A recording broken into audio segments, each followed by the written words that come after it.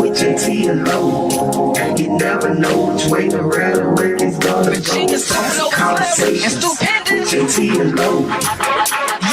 Classic Conversations with Jae Tea and Lo. You never know which way the rhetoric is gonna go. Classic Conversations with Jae Tea and Lo. You never know which way the rhetoric. Classic Conversations with Jae Tea and Lo. You never know which way the rhetoric is gonna go. Classic Conversations with Jae Tea and Lo. You never know which way the rhetoric is gonna go. Classic Conversations with Jae Tea and Lo. You never know which way the rhetoric is gonna go. Classic Conversations with Jae Tea and Lo. You never know which way the rhetoric is going. Classic Conversations with Jae Tea and Lo.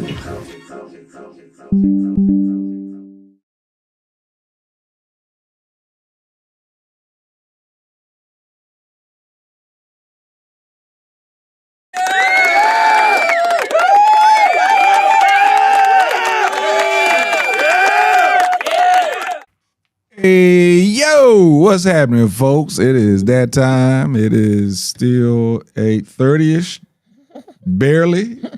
So it is time for Classic Conversations with Jae Tea and Lo. We got my man Too Free showing up a little later, but we're going to go and get this thing started. Angelo, how you doing, brother? I'm good, man. How you feeling, man? Man, I'm all right. Part of the reason why we was kind of sitting back and chilling, as you can see, I got my light blue on with my Carolina on. They was on, so I wasn't rushing it. We could have sat there for another, about 6 or 7 minutes left? Yeah. So, we kind of took our time. We was ready to go, but yeah, we kind of took our time getting things going. But yeah, man, I'm good. I'm tired. Did a lot of filming this weekend, which was, it was dope to do filming where I had lines, you know what I'm saying? So, okay. Yeah, it was a different feeling, a different mindset, even though I was trying to get them to change mine to Sunday so I could go see my Tar Heels since they were here in Atlanta. But, all in all, it was good. We won. I was able to see the game because just like I was doing here on my tablet, I was able to check it out.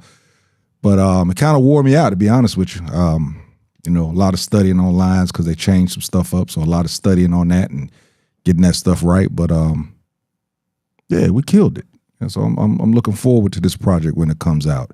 The name of it is Eva's Revenge. I'll be sure to let everybody know when it drops. Eva's Revenge. Eva's Revenge. It's one show. They already have one out called A Woman's Revenge. Now it's Eva's Revenge. I haven't looked at the first one yet myself, but yeah. Y'all just filmed that? Yeah. Okay. Yeah, filmed it on Saturday. Actually, they're still filming today. We have our rap party Thursday night. Today, that name just sounds familiar, like I've heard that before. Today, they actually had a day off, and they'll start back filming again tomorrow. But it was a great time, good experience, and everything. How'd you make it through the second winter storm, bro? From Ice Mageddon to I don't even know what you call that last one, man. Snow Flurry Mageddon, because that's all I had. Yeah, I saw some flurries too. Yeah, it was cold, but yeah, I saw some flurries and a bunch of wind. Yeah. Now it was cold. Now the cold was for real. Yeah. Cold was for real. It got like 15, 16 degrees. You know what I mean? And I was wrapped pretty good, but with my hands, the minute I came out in the building, hands were like, God. That's when you know it's cold, when your hands start freezing immediately. As soon as you come out. Yeah. You feel that jump. It was, that wind was blowing. Shout out to all my North Carolina folks. They took it. I'm talking 16, 17 inches of snow. They shut down I-85 going north because some of the folks that I was filming with, they was from up that way. They had to find a place to stay here in Atlanta because folks were telling them, you can't go up 85. It shut it down. There was an accident, then the snow fell, so it locked everything down. So shout out to, all you up there in North Carolina. I think the sun is supposed to come out tomorrow, so hopefully get some of that stuff melted and everything. But we're going to move on, man. Of course, with Classic Conversations, we always start out with our sports talk. The Super Bowl, I have to read it because I keep forgetting. Seattle Seahawks against the New England Patriots. Who you got, man? I mean, it's any team that you want to win, or definitely Seattle. You know, we're currently tied with New England for the most Super Bowls, so I don't want them to get it to 7 first. So I'm definitely rooting for Seattle, but I'll be going for Seattle anyway. I've never been a Patriots fan. You know what I mean? I rock with Tom Brady just because he's a Michigan guy, but I never, you know, I'm not a Seattle fan either, but I don't want to win 7, so that's really the main reason. I might have to put us a little cigar wager on this because I'm going with New England. Are you really? Just because the quarterback comes from North Carolina. And when he was coming out, I tried to tell people. They were like, "Nah, he's just gonna be another Mitch Trubisky." I said, "No, man, this kid is different." I'm telling you, now he's not out there just flinging it around, getting you 400 yards, but he's doing the same. This is the crazy thing, though. He is doing the same thing that Lamar Jackson was doing when he came into the league, but everybody was mad at Lamar Jackson for running the ball.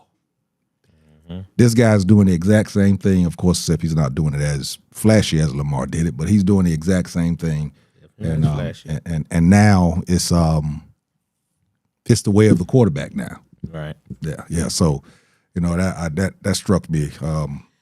So listen, there was something interesting I just saw come across the screen. I don't know if y'all heard that, but or saw it, but it just said the NFL is going to reevaluate the Rooney Rule because this is the 5th time since the Rooney Rule has been in place that no black coach was hired during that cycle. Now, 10 positions opened up in this cycle. 10.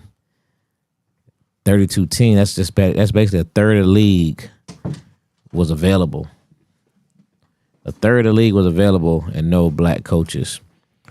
The black coaches only got the coordinator jobs. A few coordinator jobs. Yeah. But 10 positions, not one black coach hired. It's interesting. Now they say they're going to reevaluate the Rooney Rule and the Rooney Rule doesn't say you're going to hire them. It just says you got to interview them.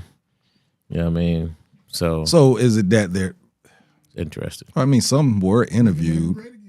2-3. What up, bro? What up, baby? You Gucci? Y'all know y'all talking about the NFL. Yeah. We just started. Making America great again. We got Indiana won a national championship Hey, you got a good point there. Yeah. with an all-white line and one nigga back. That's how it used to be back when Nebraska was good, wasn't it? All-white, 300-pound lineman, one black running back that's the baddest in the country, and a white quarterback. Nah, when they were winning, they had a black quarterback, though. Who? No, Nebraska. Always.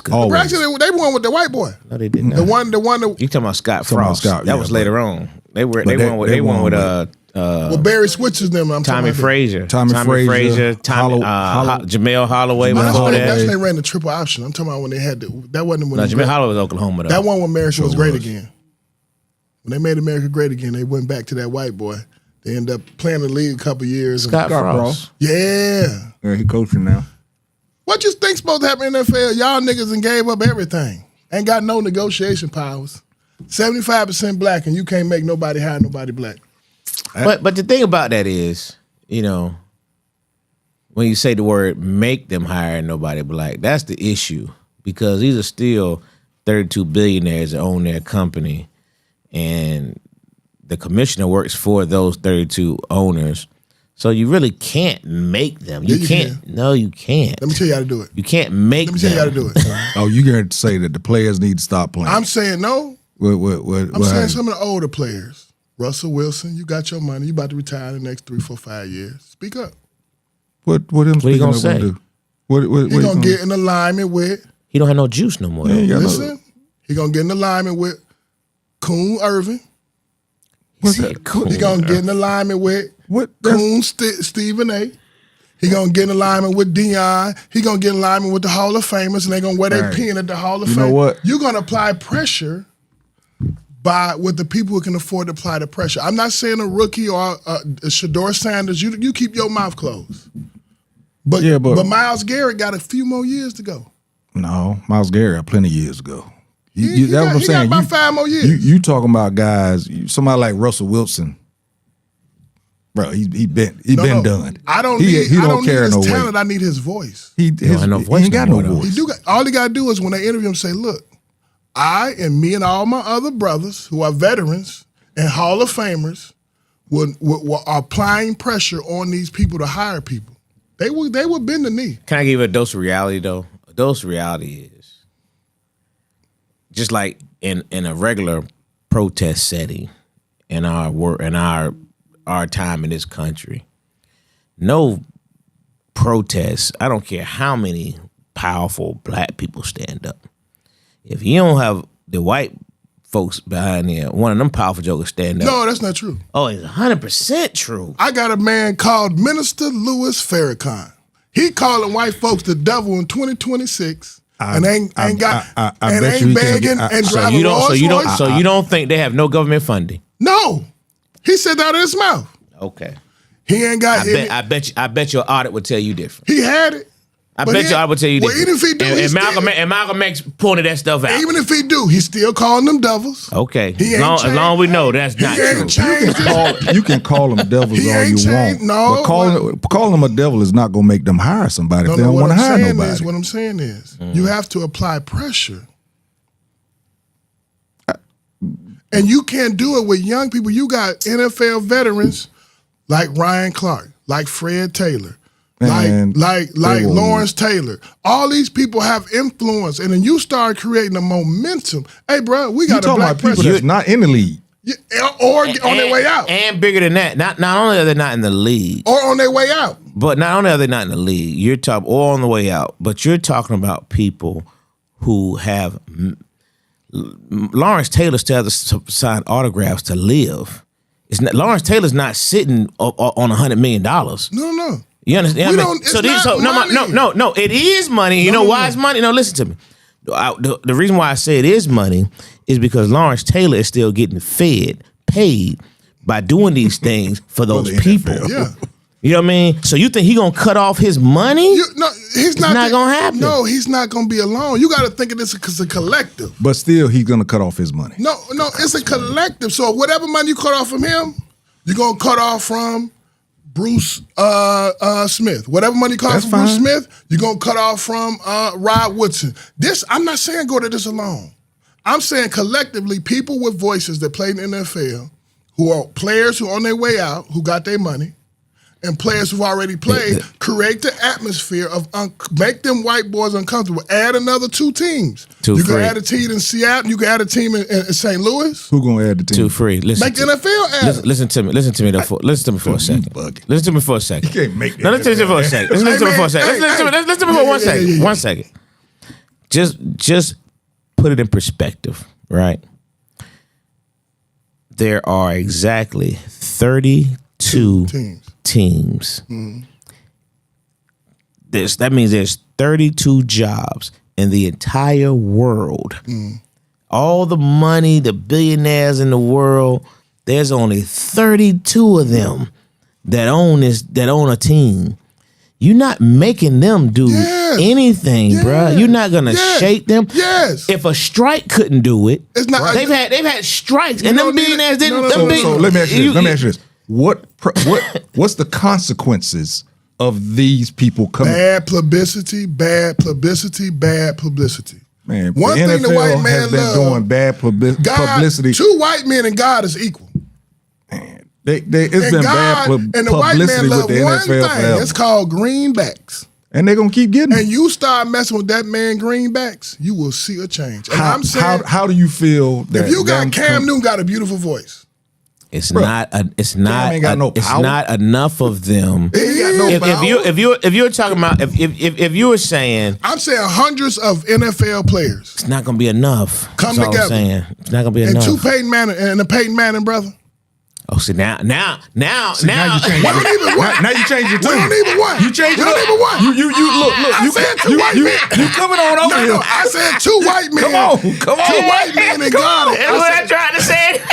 No, I said you're not gonna. Hey, there's no great protest. I said 2 white men and God are equal. Okay. So what I'm saying is, I'm saying you create a momentum, bruh. You create a moment. It's not gonna happen overnight. Look, listen, bruh. Black people in chattel slavery, and we freed ourselves in the Civil War. That was the most heroic act. Haiti beat France. Haiti beat Napoleon. But why did they? Because they stuck together and they created a plan. Correct. And I'm saying they were willing to die for their cause. Right. And you got people out you ain't even gotta die. But they were willing, but they're not giving you up don't their have money. to die. The other people got to look at you and they got to know. They ain't giving up their money, They bro. got to know I'm willing to die for this cause. That's bad. But it is bad, but What's it's the true. point of, hey, listen. It's true. Listen. These folks are not giving up their money. Listen period. what I'm saying.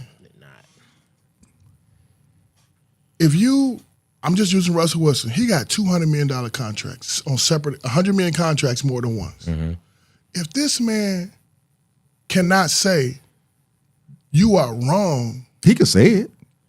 and then when he said, Cam Newton said, He could say it and too. after Cam Newton said, Fred Taylor said, after Fred Taylor He could say it. after Fred Taylor said, and Michael Irvin said, But then the thing Emmitt Smith is- said. but the thing is- and when you get this collective response, You ain't taking no money out them folks' pockets not by gonna saying they're not gonna stuff. when enough people start saying stuff and your publicity Do starts you changing, think people not saying stuff now? no, they are. they love their master. So what makes you think they gonna stop loving the master? That's our problem. But that's So the when, truth. so when they It's don't not hire gonna you happen. in NFL, shut the fuck up It's and not be gonna happy happen. because you got what you paid for, nigga. I mean, here's the reality. You got what you paid look for. right there. Those people right there are not around anymore. She's right. No, but no, you don't need. You got Colin Kaepernick. They don't have those same guts. That's one. They don't. You got They- Colin they- Kaepernick. Stop saying. Listen, we don't have to argue. Colin Kaepernick is not a hero, folks. He's No, just but he not. stood up. He stood up after he was sat down. That's when you're supposed to do it. No, it's not. You ain't supposed to stand up when you win. You're supposed to You do ain't it when got you no were power starting. then. If you did that jump when you were the starting quarterback about to play in the Super Bowl and he was doing that No, jump. no. Why not? Why not? Why not? Bruh, you Yeah, supposed bruh. to wait. Why you don't do it Because then? you're not going to get the opportunity again. When you sit down, you don't get it no more. So I ain't got nothing to lose. So You don't fight when you can still win. You fight when you ain't got nothing else. You're going to lose. So I want all the black people to stop complaining when they don't give you a job, when you ain't got the courage to fight for what you want. Shut the fuck up and play football. So I think it's a matter of. You have nothing to say. I think you have to always keep the subject going. You have to continue the conversation. I think that makes things move more than because you gotta like DeMeco Ryan when he got that job in Houston, he was a third straight black coach, and they didn't give him that job thinking he was going to be successful. They did that. They gave him that job because of all the negative publicity that was already out there. Publicity. Correct. That's what you create when you get black people saying stop. And that's why. And then DeMeco Ryan messed around and did a fantastic job. What? And now he's surrounded by it. You know what I mean? But for every DeMeco Ryan, you get these other guys like the boy at Miami. You know, we didn't even know he was black, and they ain't talk about it until we're trying to get fired. You know what I'm saying? When it wasn't going good, Yeah. Then they realized, oh yeah, he is African. he is a man of color. Yeah, you know what I mean? Well, the Rooney Rule is not working, and they know it's not working. But they've had, yeah. When he hired, they try to give credit for it. But the Rooney Rule is not working to that extent. But as far as the Rooney Rule by the letter of the law, it is working. You're supposed to give A black person interview. an interview. It's chef's kiss. That's for all black it is. some of them didn't even do that. And if they did do it, it wasn't even in person. quick. Yeah, quick. It wasn't even in That's person. chef's And kiss. that's the reason why that old boy was suing in Miami anyway, because he said, what they did was bogus. Right. It wasn't a real interview. That's And another he brother knew stood it, up. and he knew what he did stand up, 100%. By himself. After by himself, and he asked for help. You know what I mean? But ain't nobody put a football down. Ain't no black man do nothing to help him.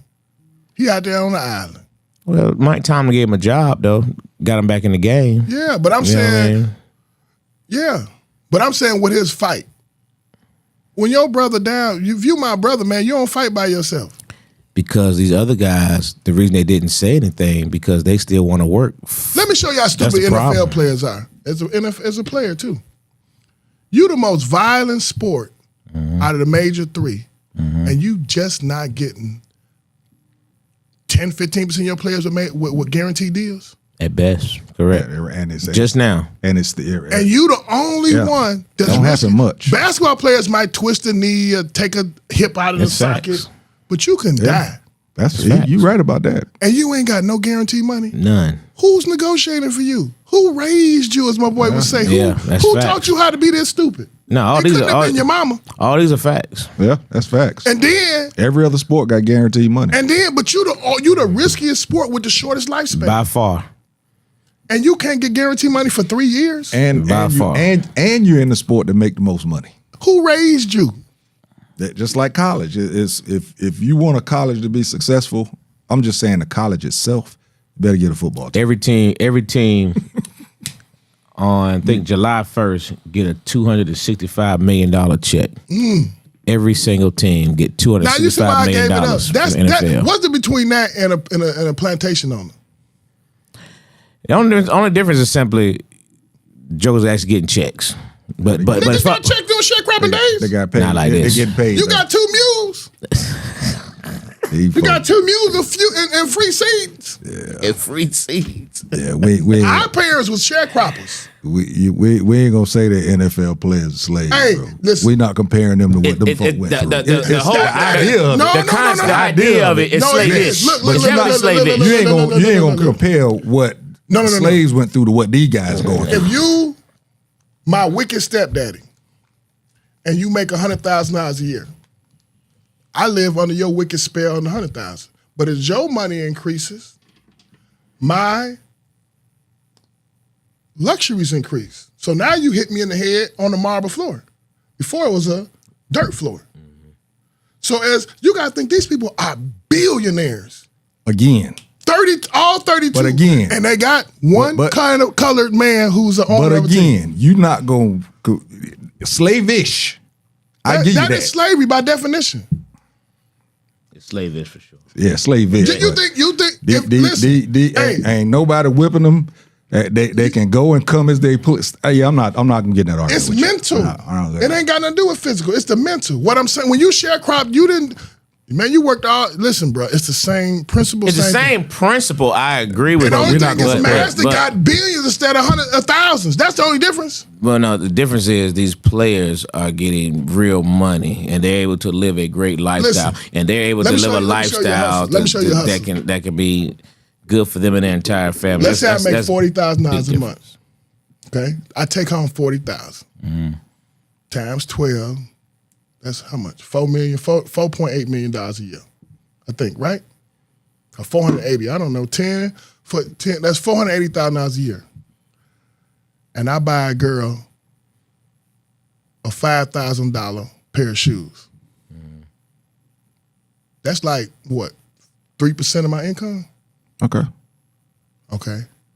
If a billionaire pays an NFL player collectively $50 million in salaries, that's like what, 5% of his income? Okay. That's what slaves got. Slaves got 5% of mass income. Sharecroppers got 5%, 10% of mass income. Just mass is fucking really rich now. So 5% is millions. But you still my nigga. Yeah. Don't you ever think you're gonna not be my nigga. And the perspective of that, I agree with you. So it's the same thing. It's just the numbers change. The difference is that sharecropper was going back to that hut and had to worry about massa coming in and whipping him and doing all these things. DJ leaving. You talking about like they did? You talking about like they did Leonard Little when they told him, "Nigga, you can't play no more." Well, I mean, You talking about like they did this? Wait. Hold on now. Let's not do. Leonard Little fucked up. Yeah. Okay, case closed.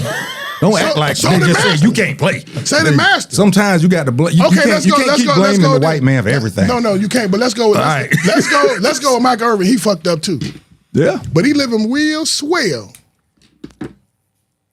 He's a cheater, a liar, And he ain't gonna stand up. He ain't gonna stand up with nobody neither. Boy, that joker lick the bottom of Jerry Jones' shoes if it That's if what I'm he saying. needs to. These folks ain't gonna do nothing like that, bro. Jerry Jones kept him out of prison too.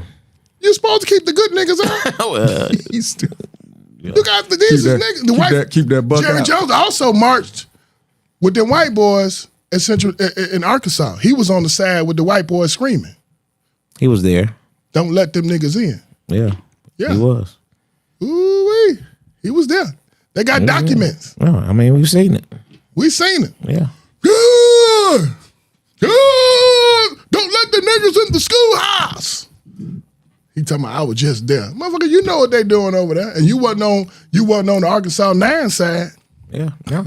Yeah, It's learned behavior, man. Yeah, I ain't That's what he was So raised. now he got Michael He was raised Irvin. that way. Yeah. Why Troy Aikman don't get treated like Michael Irvin? Because Troy Aikman really fell out with him, with the team. Why Emmitt Smith don't get treated like Troy Aikman? Like Troy Aikman? Both Hall of Famers. Troy Aikman's treated with class and respect. I think Emmett is too. He's just not out doing these jobs. I agree with you. I agree with you. But every time I see him on a documentary, he got a white chauffeur to tell him,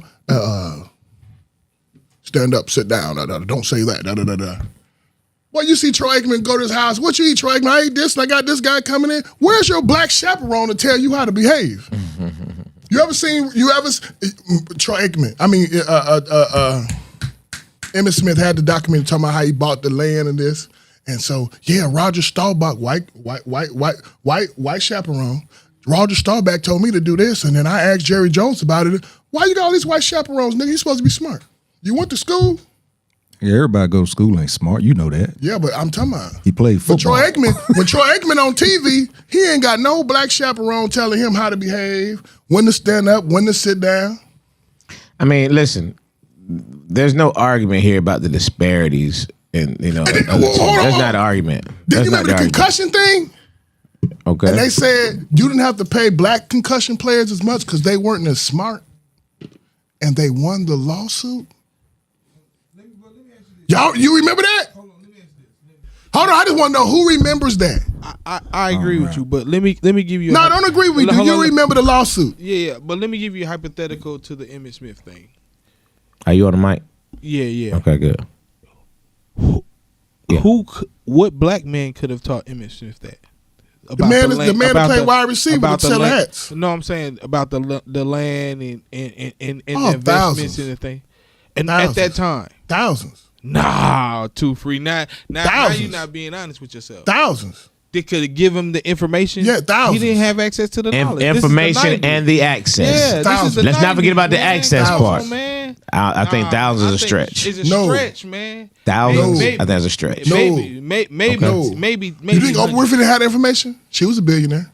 No, not at that ain't have time. No, not on that level. time. Not for that. No, yeah, not at She that could have time. got it because of her status, but didn't have it. Yeah. No, Troy. Emmitt Smith was. Emmitt Smith bought land around the airport. Hold on.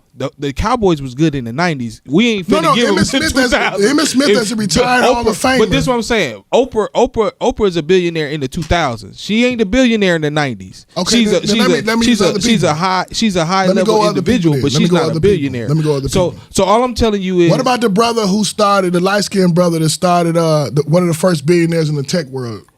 I'm not disagreeing. he's on the cover? All I'm He saying, wrote a book? too free. Look how you thinking about who you naming. I'm telling you that the difference is he had 2 billionaires that could give him the information. Sometimes it's about getting the knowledge. Somebody got to be there to get the knowledge. You can't always say that they're going to get the knowledge and it's nowhere else that you can get it. You was thinking hard of who he could ask at the time. I'm telling you that. No, at that I think you got. he can go directly to his owner and directly to a former player To tell him how to acquire land around the invest his airport. money. What's wrong with that? I don't think there's a problem with that. That's the problem. Case played.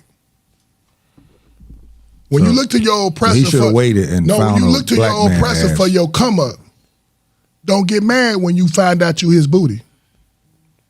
Is But Emmitt no, Smith somebody's booty? or you can take, Like the or spoiler you boy. can get the information from your oppressor, make it work for you, and then you have the ability to move it on and bring up other people of your own.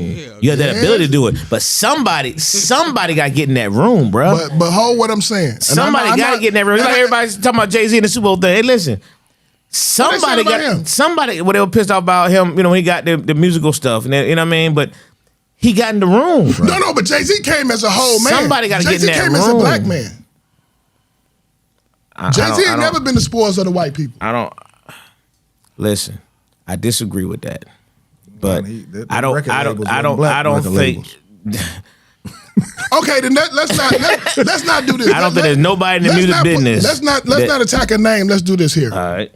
Jay-Z was a made man before the NFL got him. In the street world. No, in the business world. Agree. I agree. Before the NFL got him. Before the NFL got him. He was and he was connected to his community, whether we agree or not, with everything he did. Gotcha. So now when I go do business with the white man, I'm going as a man. I'm not going into spoils of your product. So you saying that Emmitt Smith didn't go as a man? He went as a spoil. But hold on. But Jay-Z is from the spoils of the music business. But Jay-Z, no, he's a businessman. No, from the music business. He got them from the music business. Without the music business, which was owned by a white company, he would never got that money in the first place. Independent. He was not independent. No, he was not independent. No. I heard when he said Rockefeller Records was signed under one of the Def Jam, which was under Era. I mean, all that were all falling under somebody, man. But at the end of the day, trust and believe is one of them. What's independence mean then? Independent means you actually put in your. Master P was independent. That's initially. No, he was not. Rockefeller wasn't always signed with them. Rockefeller was under Def Jam. Def Jam was. Let me get to the point I'm trying to make. Okay, name me professional athletes who are groomed and polished. And once they come into or grow into their polished manhood within the NFL or boxing world, whatever, and they are able to take the riches that they've made and convert that into an economic stream for them and others without white support. Jalen Rose and LeBron James. Okay. You can't say LeBron. LeBron got white support. So does Jalen Rose. All of them got white support. You're not doing it. Who? You're not doing it. You're not doing it. It's not realistic. Ain't no NBA it's not player, realistic. no professional athlete not gonna have white support. Somewhere down the line, bro. It's not realistic. No. When I say white support, this is what I mean. King had white support, but King was rooted in black. This is what I said. My original statement was any protest is gonna have some kind of white support. You said that's not true. I'm like, yes, it is. I gave you the definition of Islam. Was gonna have government funding. No. Okay. Farrakhan out his own mouth professed that he was when he was security over the projects in the ghettos across the United States. He was that. When he started speaking on them tours and going around, they cut his money off. They ain't got public money in over 30 years. Okay. Now you're saying I'm saying the Nation of Islam had government funding. Correct. But they didn't have it when Farrakhan was still a beneficiary of something that was already under something. But that was already established. They didn't have it. Doesn't matter. They didn't have it. No. It goes against what you just said. Whether you said. Well, let me make the what argument. They did. What you're saying is what Angelo said earlier. You go to whatever you want to call the oppressor, get that white dollar, whatever, and then you change it to where you can actually make your own stream and boss it up. They did the same thing. Okay, but what I'm asking is, what black man in professional sports built his own table? Not one. Floyd Mayweather? No. You gotta look at his beginnings. No. Floyd Mayweather, that black dude from Harvard that helped Floyd. Hey, man. Floyd didn't make no money to got with that brother. Hey, man. But that brother, what's his name? He would not have gotten to that point if he didn't fight up under them other belts and up under them other sanctions. He would have been broke if he'd fought under them white folks. That black dude, Floyd Mayweather went from an average income player to a billionaire because of a black man. Correct, but let me say this: the difference. So name me other black people who've done that. But let me say this. But let me say this too, Free. But so you're not giving the fact that he had to fight when he was Pretty Boy Floyd. He was on the Abrams. He wasn't getting no money. Fighting, yeah. And that's a white man. This man is getting him these fights. Yeah. So at the end of the day, he needed that white man to get the fights. He would have never got the money Mayweather if he was never Pretty Boy Floyd. He would very, but this is what I'm saying. Superior. He would have. We ain't talking about the skill set. The white man he wouldn't have got the money Mayweather. The white man didn't need him. The white man took advantage of him. That's what he did. Yeah. The white man saw I can make $1 out of this man, and that's what he did. And when Floyd, this is what they do. When Floyd Light came on, he said, "I can make $1 out of my own ability." But again, what you're missing is that it started someplace else. We're That's not saying that he didn't later on do it. So I'm saying there's nothing wrong with it. That's all I'm saying. There's nothing wrong with it. You make it sound like there's something wrong. There's nothing wrong with it. There's something wrong with it when that's the 100% of the story. But it is. And that's a problem. But it's what it is. We can build tables too. We can, and it's shown it in the past. You know, there's been Black Wall. There's been avenues that's shown it can do it. But we talking about right here, right now. I don't think there's no way around it. And I'm saying to you, there's nothing wrong with that. It's about what you do with it. That's what I think it's all about. What you do with it. If you got that money, if Jerry Jones put Emmett on this thing now, it's up to Emmett to say, now I'm going to build. I don't disagree, but this is the problem. We both in alignment. That you got to have a certain percentage who go that route, and you got to have a certain percentage who go the independent route. Yeah, you right. And we don't have we don't have the option. And until we create that option, shut the fuck up. If they want to hire monkeys to coach you, we don't trust. You ain't got nothing to say. We don't trust each other enough. Yeah, we do. We can't believe that. Well, tell me why ain't they coming together then? Because we have lack of knowledge of self. We don't even know our power collectively. We don't. You know why? Everybody got bad and good. You know right? why? Because they won't come together. That's why they don't know. That's why they don't know the power. Everybody got bad and good, right? Mm-hmm. What you focus on becomes your reality, but that's not necessarily the reality. You dig what I'm saying? Mm-hmm. So if you take the examples of black people who do work together and who build successful programs and institutions, whether it be one or two, versus the 100. If you're gonna look at the 100 and then dismiss your one or two examples, then you're gonna miss out. When you look at Atlanta, dog, y'all don't know how beautiful, until you leave Atlanta, you don't know how beautiful this shit is, dog. You got upper middle class neighborhoods with $1 million homes and no white people. Sure. With people on your block who either own their house are paying the mortgage with 700, 800 credit scores. And there's 30, 40, 50 people on your block. Mm-hmm. And then when you go to Walgreens, it's the same people. You ain't got to deal with the chaos. Then when you go to your doctor, to your dentist, to your accountant, you damn near got all these inner workings and it's all black, bruh. That's an example of when we build and come together, but it had to take sacrifice in the belief that we can do. We got to stop believing that we not this. We are this.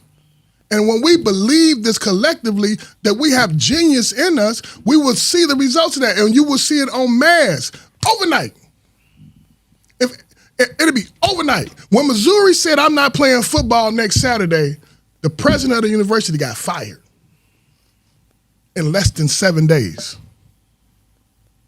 When enough black people say this will stop, it will stop. But until black people stop niggerizing themselves, NFL, then you gonna be their booty. And when long as you willing to be their booty, keep your mouth closed. Because if you're not gonna stand up and do anything. I agree with a lot of it. I don't agree with the end. I don't think you have to keep your mouth closed. I think you have to continue the conversation. You ain't gonna do nothing. Yeah, well, you are gonna do something. But again, the situation with the NFL is you got the only way it'll ever change if they change the ownership. You know what I mean?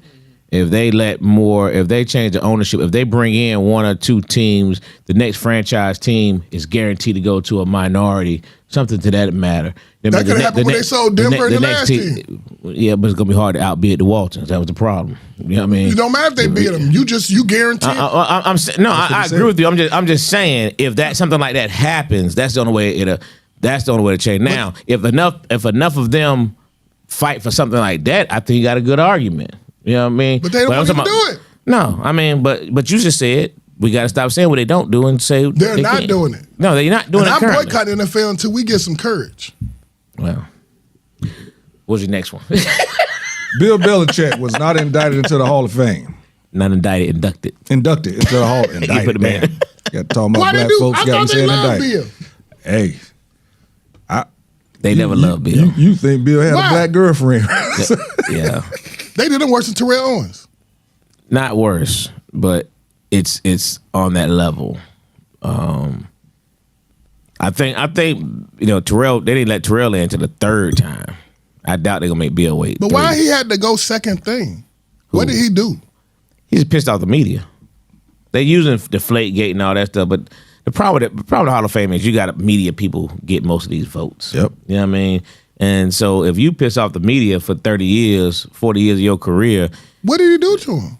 He wouldn't talk. you watch a Bill Belichick interview? Look, yeah, they play great. Next question. Yeah, we threw the pass and he dropped it. Next question. That's a Bill Belichick interview. He just started being more open when he got to college, but between that and the riff, I think the riff between After him. he retired, period, he became very, on NFL Live Sure did. Network. Yeah, He's hilarious yeah. on there. You know what I mean? On some of them podcasts he was doing, on Pat McAfee show, he was hilarious on there. You know what I mean? He started showing his personality. But as a coach, he's like this. He's tunnel He vision. seemed autistic. But nobody knows the history of the NFL probably alive right now than Bill Belichick. Right. You know what I mean? And I think they did him wrong. No ifs, ands, or I know buts they about did. it. You know what I mean? We were talking about the other day in here. We were like, if you talk about the history of the NFL, if you can't write the story of the history of the NFL without a certain person, there's no way they should. no way not the first ballot of fame. You know what I mean? There's no way. You know what I How mean? many So championships he won? 6? he's won 6 as a coach And 2 2 more as as assistant assistant coach. coach. Won a total of 8 Super Bowl 2 championships. with the Giants? Yes. Yeah. Yes. Yeah, I mean, they brought up the Deflategate, Yeah, Deflategate. They brought up the what was it? The filming Spygate. Spygate. You know what I mean? And Plus, he had the riff with the owner of the Patriots. well, that was Robin Tudd? that was towards the end. Towards the end, him and I can't Him and remember. Robin Tudd. Who? Robin Tudd, maybe they called him at there getting a little. Oh yeah. Yeah, because he was the one that They got that special massage. boy, They got that They special love you massage. real good. They pushed that under the rug quick too. Well, I remember I said Joe on the pod. I said, man, that dude's a billionaire. Hey, man. We said that jump way back then. Push This that dude's under a the billionaire, rug. man. Then why you real ain't bring the girl to the house? Billionaires. Don't leave the house for massages. Hey man, billionaires gonna get treated differently. It's just Billionaires don't leave the there's house for millionaires and massages. billionaires. They're billionaires for a reason. So yeah, that jug got scraped right under All the right, rug. going on the Hall of Fame thing because I got into it with a lot of my Giants fans. Eli Manning was denied again. This was his second go at it, and I keep telling people I never thought he was the first ballot. He definitely not a first round. Why not? Why? Man, he's 500 in all the games he's played. He had 2 good years now, and I appreciate him for it.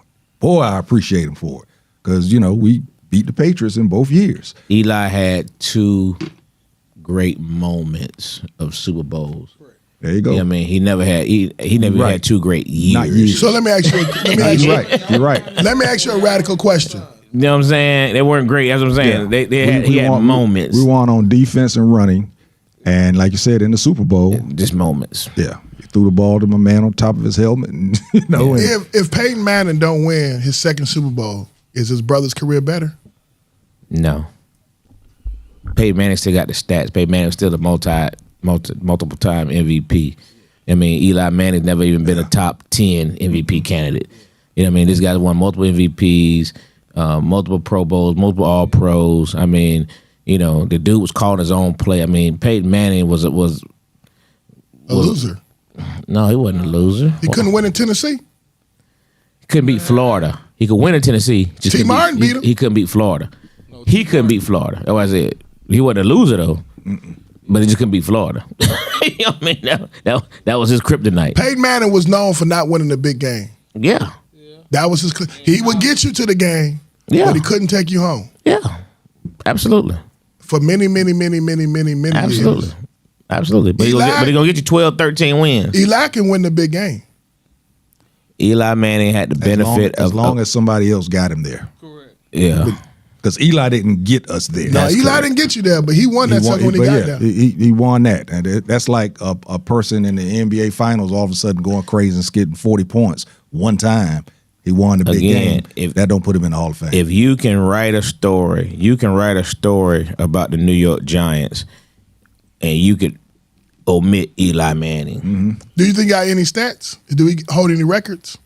I'm sure he has some. He got the most starts. Yeah, he own records for the Giants. But as far as NFL records, no. He hold, you don't want to hold. Right. Yeah. He's never been a high percentage guy. I thought he was good. I didn't know. Yeah, no. He was good. So what about your boy from Atlanta? He ain't. I never liked him. Who? The white boy that Matt had Ryan? Yeah. Matt Ryan will probably get in the Hall of Fame at some point. He's not a first, second, or third ballot Hall of Famer though. But them boys in Atlanta act like he the best quarterback Atlanta's ever had. Come through here. No, he's the best quarterback Atlanta's ever had. Michael Vick. No, Mike Vick was the best money maker. Yeah, he's the most exciting quarterback ever had. He was not the best quarterback. He was the best galvanizer. Yeah, Michael Vick was the greatest quarterback ever. Man, when Mike Vick came through here, boy, in the state of Georgia, the tailgates took something different. Yeah, Michael Vick, the greatest quarterback to ever be in Georgia. He's most exciting. In Georgia, Most exciting. I schooled in University of Georgia, Georgia Tech. Most exciting, but not the greatest. The greatest. Okay, who would you rather? If you looking back, you say, okay, what do we reverse in time? Matt Ryan and Michael Vick. Who you drafting? Hold on, you can't do that. You can't do that because of the laps. If you're taking the laps out, your pure talent is Michael Vick, and everybody knows that. That's no, we pretending. Question. So now, who would you pick? It would be Michael Vick off of pure talent. It wouldn't be. It's you not take Matt Ryan off of pure what? Losing. No. You're not discrediting his how good he is because he got us to the Super Bowl and he won MVP. But Michael Vick is way more talented. More talented. No, he's better. He's not a better quarterback. He can do everything. That doesn't make you a better quarterback. Everything. Matter of fact, you know what? Everything Matt Ryan can do, Michael Vick can do it better. Watch this. No, he can't. He was a better quarterback in Philly than he was here. Facts. No. Oh, that man had a 4-1 when he was here. He had a 4-1 when he was there. He had a 4-5 in Philly. So but you're talking about electrical plays. You're not talking about playing quarterback. He didn't have to run when he was in Philly. He threw the ball. What can Matt Ryan do better than Michael Vick? Shit, he won. Read a defense. Oh boy. Okay, I read the book. Apply it. What that mean? You asked the question, I just gave you an answer. What does that do for you? It's like telling me I can pitch further than you. What the fuck does that matter? Well, if I'm going for a pitcher and I need him to throw it further, I'm going with him. I need somebody that can read a defense. To do what with? To win the game, to drive, to win in clutch situations. Because again, when Mike, why do I need to read a defense when I can just run? Because you, okay, where to get him at? Thank you. Where to run and get him? Who? Michael Vick. I'll sit next to you. What you talking about? Who? To the Hall of Fame. The Atlanta Hall Georgia of Fame, Hall of maybe Fame. one day. You know what I mean? You know what I mean? The Virginia Tech Hall of Fame, absolutely. Oh yeah, Virginia Hall of Fame, absolutely. Yeah, high school, all that, but Football Hall of Fame. yeah, absolutely. Yeah. NFL Hall of Fame. I just don't see Matt Ryan doing anything better than Michael Vick. Nothing. Yeah. Nothing. Talent wise, but not on the field. Yeah, not on the field. Record wise. Matt Ryan is the best quarterback in Falcon history. And people don't want to say it. They don't want to say it because of 28-3. Yeah. That's the only reason they don't want to say it. Even with all Michael Vick's rushing yards, he doesn't have more passing yards than Matt Ryan. He doesn't wasn't here as long. He don't have as many touchdowns as Matt Ryan. He wasn't here as long. So he don't have as many wins. So at the end of the day, Matt Ryan just went off of that. But it's not. I know. Bo Jackson We're ain't got about as to move. many We're about to yards. move from it. Come on, JT. You know they get answers get too much sports. I know. We're going 40 minutes on sports. Y'all one right. more sports thing. We got to talk about my man this weekend out there with the toupee on. I see that on social media. Jarrell Miller. Oh man. Said that he went to his mom's house 2 days prior and grabbed her shampoo and was going to wash his hair. Supposedly in the bottle was, what was it? Some type of chemical. His mom had put something. Oh, he said the shit was like ammonium bleach, and it took his hair out. So he said, I've never been without hair. So I had to find a way to get hair before I could get in this fight. I wasn't ready to be bald yet. Hey, man, that dude said, man, when I sat down on that on my stool and I looked up on that Jumbotron and I saw my hair come off my head, he said, shit, I got to win this shit now. He said, because up to that point, he was getting his ass beat. He was getting thumped. I heard, I didn't see it. I heard the interview. Dude was like, up until that point, I was getting my ass beat. He said, when I saw that on that Jumbotron, he said, man, I got to go win this. Hey, man, the dude is he's making the circuits right now. He actually won the fight. They said he won by a hair. Yeah.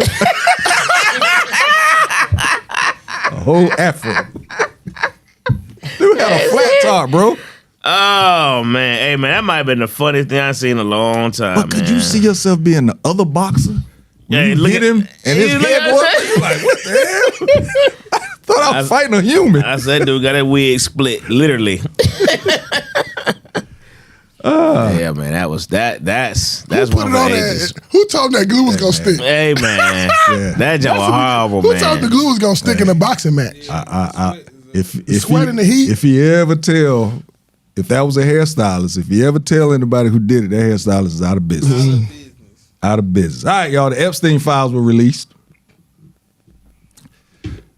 Some of them. Yeah, and I noticed after they were released, now all of a sudden you got all these Photoshop pictures of Jay-Z and who else was it? The dude from the Clips. Was it Pusha T?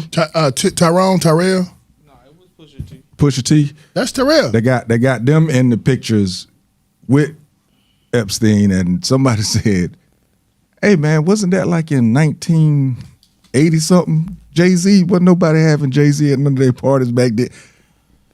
Distractions, because it took off. Mm-hmm. I mean, it took off. I mean, I started hearing about it. I was on set and I started hearing about it. Everybody like, damn, Jay-Z was in the Epstein. Blah, blah, blah, blah. It wasn't true?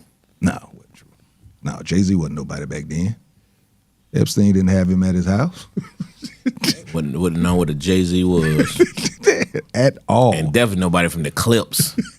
But somebody from the Clips gonna make it to the Epstein mansion. I mean, Epstein Island. Come on, man. The Clips. Come on now. Let's go with real. I got the Clips and I got the king. I mean, the king of England over here. Prince Edward. That John, hey, Prince Edward. Next to Pusha T. And I got Pusha T up there. Yeah, okay. We all kicking it. Yeah. Okay. You know who was in there though? The dude Donald Trump. The Giants. One of the Giants owners. Part owners, Tish. He was in there, and they got his text messages and everything. So of course they're saying NFL need to look at that and all that good stuff. Kiki said, "If I split your wig, I win. I don't care what they say."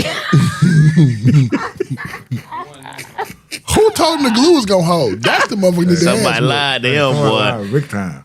Oh man, that Big was time. funny. Didn't last 2 rounds. That was the second round. Yeah, that was the second They round. already You came know ain't off. no glue that strong. Hey man.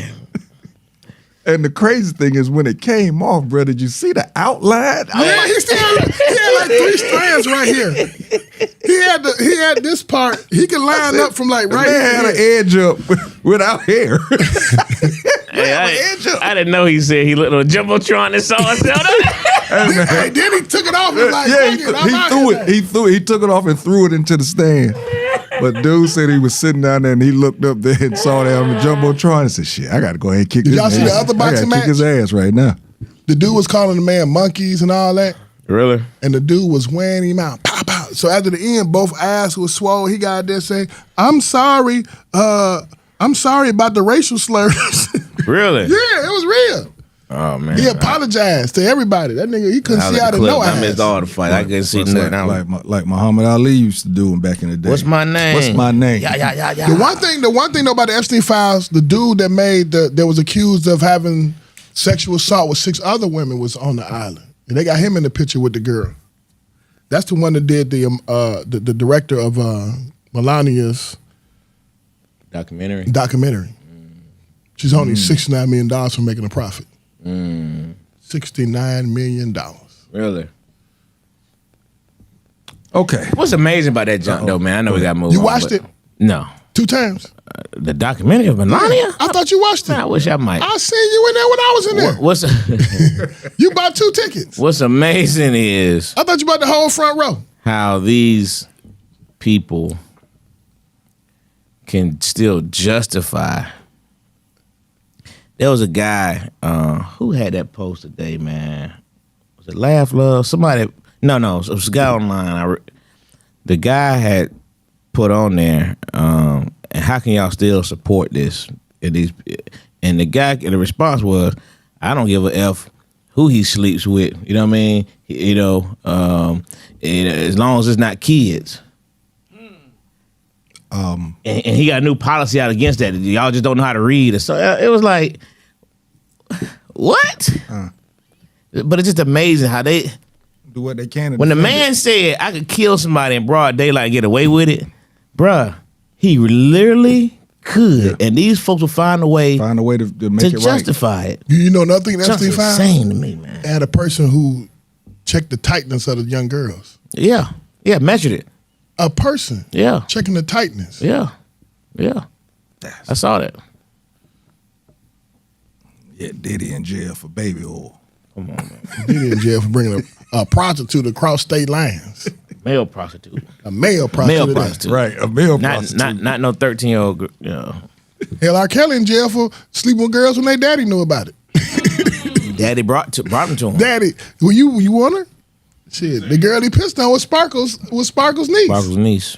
And the uncle was in the band. And supposedly she's now coming out and talking. About what? The girl that was pissed on. Oh shit! I'm about to give me some talking into this. She must went broke. When the money run out, man. R. Kelly broke too. R. Kelly money ran out, so now she got to get some more money somehow. So now she about to tell her side of the story, whatever. So speaking of that, as we're talking about, those type of things happening to women. I have a Go ahead. Go. You set it up. I came to run. My time was off. The main subject of tonight, we said that we was going to talk about we as black men. How are we supposed to protect our black women? Right. That's the main topic of tonight. And this is my first question. I'm gonna ask y'all this, because I thought about this earlier today. This thing said, a black man who views the black woman's body for either consumption or bearing children or both is the same as white slave owners of the past. Hold on. You got to change that because Lo don't like homeboy. Right. Well, why does they got you on there? They got you all up there with the enemy. What's this about? Why is he up there? I don't know what that. From last week, Corey. What'd you say, Corey? Fuck Angelo. Nigga ain't gonna do shit. What? Oh, I was about to get him. Yeah, let's get him off of there. Get him over there. You heard him, Angelo? And right behind me too. Yeah, Right. he said, fuck Angelo. Now come to the line, nigga. Pull up, nigga. That's some algorithm for your ass right there. He's still back there. Look. That's what I'm saying. It was playing that. That's what I'm saying, Lo. That was crazy. Yeah, it's gone now. But the question: a black man who views a black woman's body for either consumption, bearing children, or both is the same as white slave owners of the past. So you believe that? To a degree, yeah. I'd agree. I'm reading this book, right? Today. I started chapter 1. It's called Burn Your Master's House Down. And it made me think. I got really emotional today. And it was like, when I get emotional, I get to thinking, right? Just imagine you you've been stolen from Africa. And you have rituals and rites of passage before you get married, right? Traditional. And now you come here, somebody who stole you, now you bought into slavery because you had no choice, right? And now this dude takes you in a wagon and drives you for an hour and say, go into that shed and go get that girl pregnant. I'll be back next week. You have to detach from everything that you understood of what the rites of passage is before you have sex with a woman. You have to give all those rituals and customs away to sleep with this girl. And some people couldn't do it. The guy in the book couldn't do it. So he got sold off. There's no good buck. 6'8", wide shoulders, and you can't sleep with a wench. You ain't no good to me. Because he couldn't make no more slaves. He couldn't make no more baby. And that's what the man said. I don't want to make another slave. for you to sell or keep, you know what I'm saying? So I'm saying that to bring that back here, when a man is attached from a relationship with his woman and his children, he has a sickness, a problem. Just like an alcoholic or a dope fiend, they have a serious issue. When you say detached from what you have to be detached from your human. You have to be detached as a human to not take care of something that you created. Okay. And if a woman chooses you, she's your woman, you her man. If y'all made a choice to be with one another, and then you can't satisfy your obligations, that can be from an array of things, right? But a man must be committed with his life to take care of his family. Like what Kevin Gates told Shannon Sharp, if somebody touched my daughter, I'd kill him. And Shannon Sharp tried to talk him off the edge. What did you doing, Shannon? That's some of the stupid. You let somebody touch your child and then walk on earth and you ain't done nothing about it? And I got to look at my child and say I'm your daddy? And my child looking at me like, you my daddy, you let a motherfucker do this? Man, hold up, bro. You let a man sleep with your woman, I molest your woman, I agitate your woman, and you on earth and ain't done nothing? You ain't sacrificed your life? Okay, so let me, in regards to physically, we understand in regards to protecting our women. But let's take the physicality out of it. How do we protect our black women? With the Nation of Islam, the Minister Louis Farrakhan teaches us. Now, okay. I ain't no nation because I like pig feet and pork. but this is gonna hurt. The closest example we have collectively to the work of God is the woman. God sent woman as his example for us to create life with, to create future with. So if you don't respect, if you don't respect yourself and everything that makes you who you are, everybody who comes to this earth goes through a woman. Facts, but still, all life goes through a woman. But I'm still asking you, how do we protect them in other ways other than beating up somebody because they touched? Okay, honor. There we go. When I say by honor, you got to have a certain sense of code, principles, right? You have to be willing to. You have to have principle-based methods in which you're willing to live by to protect your woman and your family, and you can't break those for nothing. And those means is, my woman can make more money than me, but I'm not gonna ever not get up and go to work. I'm not gonna bring something to this table that's gonna provide something for all of us. That's my responsibility. If I got health in my body, I'm going to get it. And I may get it as a bus driver, I may get it as a businessman, I may get it as a county sheriff, I may get it as a Walmart greeter. But I'm not gonna sit home and not bring something to this table to provide for my family. So you're saying that your that's a principle. Your protection is making sure that I understand what you're saying about family, but we're just talking about the black woman. The black woman, that's my obligation to her. That's my promise to her. To make sure that she needs for nothing. Or she may need for something because I may not make much money. But I'm not gonna not sit at home and not make no money. See what I'm saying? But I'm going to go protect my woman. And then next thing you gotta do is emotionally support the woman. So creating safe spaces for her to open up and be who she fully is. And I think that's a lot of black men, to my opinion, got arrested development in that area where they don't provide the emotional support. And it's not a weakness, it's a sign of strength that your woman wants to come to you and confide in you and know that when I confided in you, you're not taking advantage of my weaknesses. You're not using them for your own personal gain. You're using them as a way for me to open up and release myself from an emotional standpoint to you, and it's principle-based. My job is not to fix you, but my job is to support you. So if you need to get some out, women are more emotional, is what they usually say. So if she can't be emotional with you, who's she gonna be emotional with? So that's a safe space you have to create. That creates a protection. So you're creating it from your principle of being able to go out there and do something to earn something to bring back to the family or the home, in emotional support, emotional intelligence to listen, to support in that manner. And then she also has responsibilities to you once that happens, right? So it's not a one-sided affair, but those are the ways we protect our women. What you got?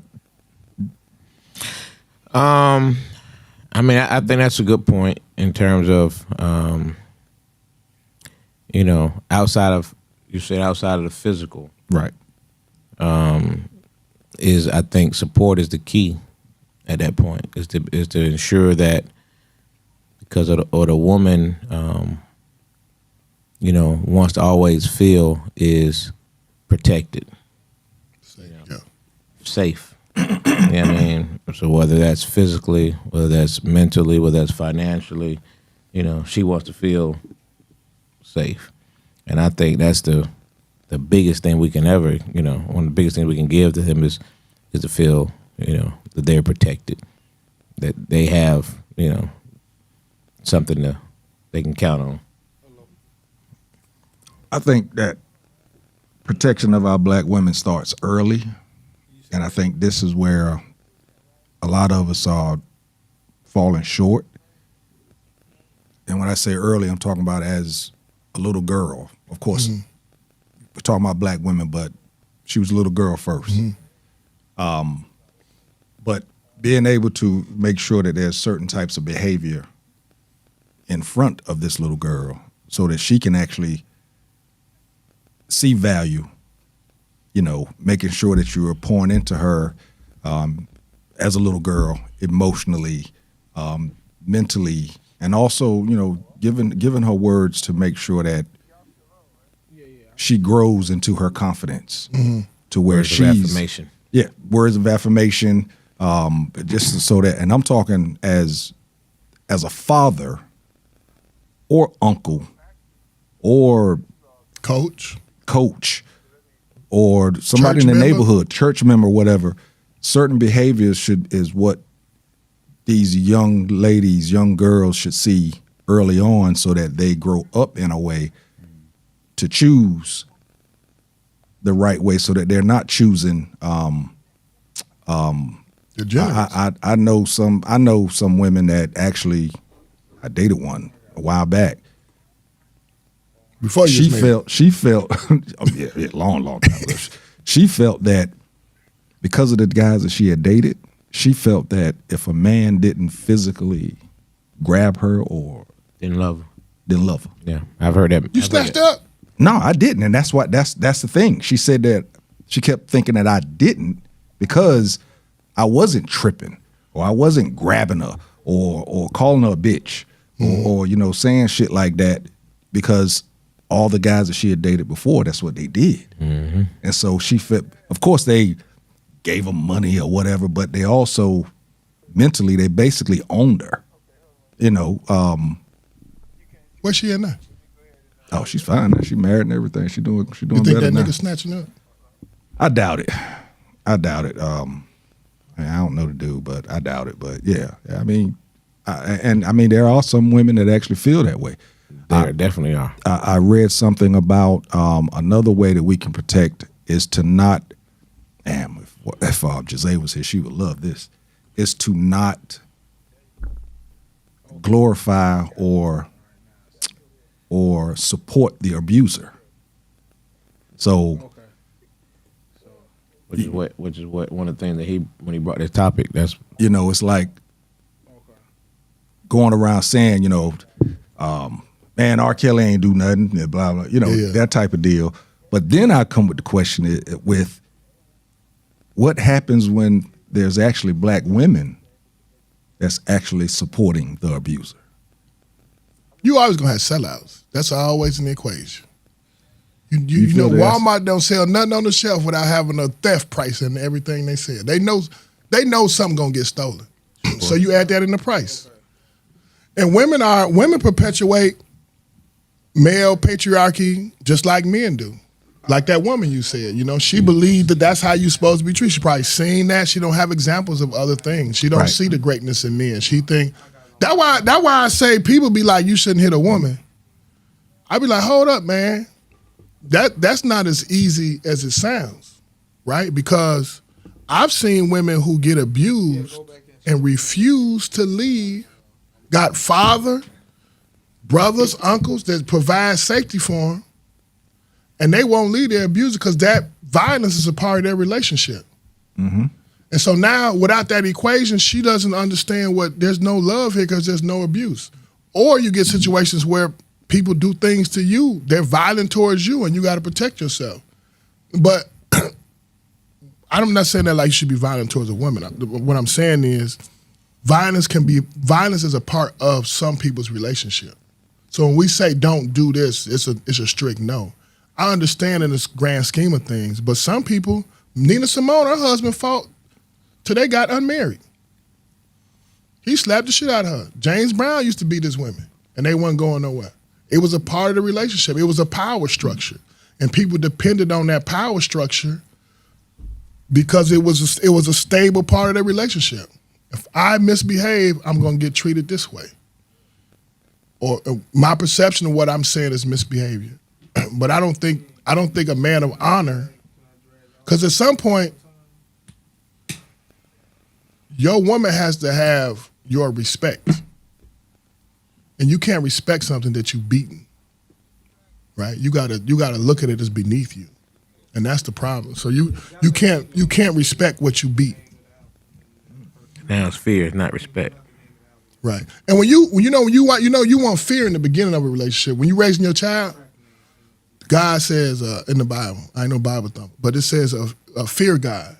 Because children can have an appetite to understand what love is. But they understand a whooping or they understand fear as a tool to control their behavior until they get old enough to understand what love really is. So one of the man's responsibilities, in my opinion, in a relationship is to validate the relationships. Children don't leave the home unless daddy says, job well done. Like when you tell your son, I'm proud of you, that's way different than what mama said. And when you tell your woman, baby, I'm proud of you, that's way different than any other man in the world can tell her that. And it hit different. Man is a step that ends the relationship for a child from childhood to adulthood, and for the woman from young woman to adult woman. Once the man validates her, and she to him too, it's not one-sided, it gives a certain sense of confidence and pride. Mm-hmm. And now she wants to return that to you. She feels obligated through her moral compass to give back to you what you gave to her, which is confidence, which is a validation of being approved. I know no matter what, I got a man at home that's gonna take me with my dirty drawers, my good and my bad. And I don't have to lie and tuck nothing under the table. I can be my whole self, good and bad. Now, do you think that in regards to men being emotionally supportive, mentally supportive, is that something that we actually, and I say we, I'm not talking all, but I'm saying I think most have to learn as you grow? Mm-hmm. It's because I had to. I just don't think that it was something that we grew up with. Because like you said, women are more emotional than men. Mm-hmm. And especially the listening part, I think most men just hear mm-hmm. what their woman say and don't really listen to it. I mean, I know I've been guilty of it. Hell, I was guilty of it last week. But, I do feel that it's something that we almost have to see, as men almost have to see it happen for us to actually do it or emulate it. You have to see it somewhere through again, an uncle, a cousin, your boy, the way he's treating his woman, and you're like, damn, that's something I probably need to work on. Yeah, work on and think about doing more of, or looking inward. I just don't think that we were built that way. And that's what I was talking about earlier. The rites of passage from manhood to adulthood, the rites of passage from single to married, is usually a custom. And that custom arranges the mentality of the community to prepare one to be in that relationship. when you don't have when you just sleeping with a woman for sleeping with a woman, now you in a serious relationship, you don't understand how to transform into being the person that's going to uphold certain custody. So if you look at other religions and other aspects, ethnic groups, they have a certain rites of passage. You just don't. America's really the only country where you just freely go through the world. We get along, now let's get married. Most people have a sense of what is love, how to establish love, and what does it mean to maintain relationship. And a lot of times it's not rooted in love, it's rooted in the principles of that person. So if you look at a principle-based relationship, I do this, you do that, we build this together. It's kind of the foundation. The American style is, they sell this dream of a pretty person, and y'all went to the same high school, y'all got some of the same values. We pretend to be Christians, and now let's get married. But if you really go through the principles of what Christianity is, then you got to go through certain customs. And one is one thing the Christian church cannot honor is sex outside of the marriage. So that's why I was getting with Mike Tyson. Mike Tyson got that rape case on that girl, and I believed he raped that girl. I read the court cases, the appeal. I'm like, Tyson addicted to cocaine? She an honor student? Raised by both grandparents and her father. And you mean to tell me she didn't did it? Like, it's just less likely that she did it. But I wasn't in the room. But, and then she went to the police within 24 hours after it happened. And she participated in her beauty pageant that morning. And that evening she went to the police and said, look, I was raped by Mike Tyson. Then the man goes to court and loses. And Don King's snake ass tried to get this fight between him and Holyfield before he went to jail so he can get $100 million. But back to this thing, Tyson has sex outside of a marriage.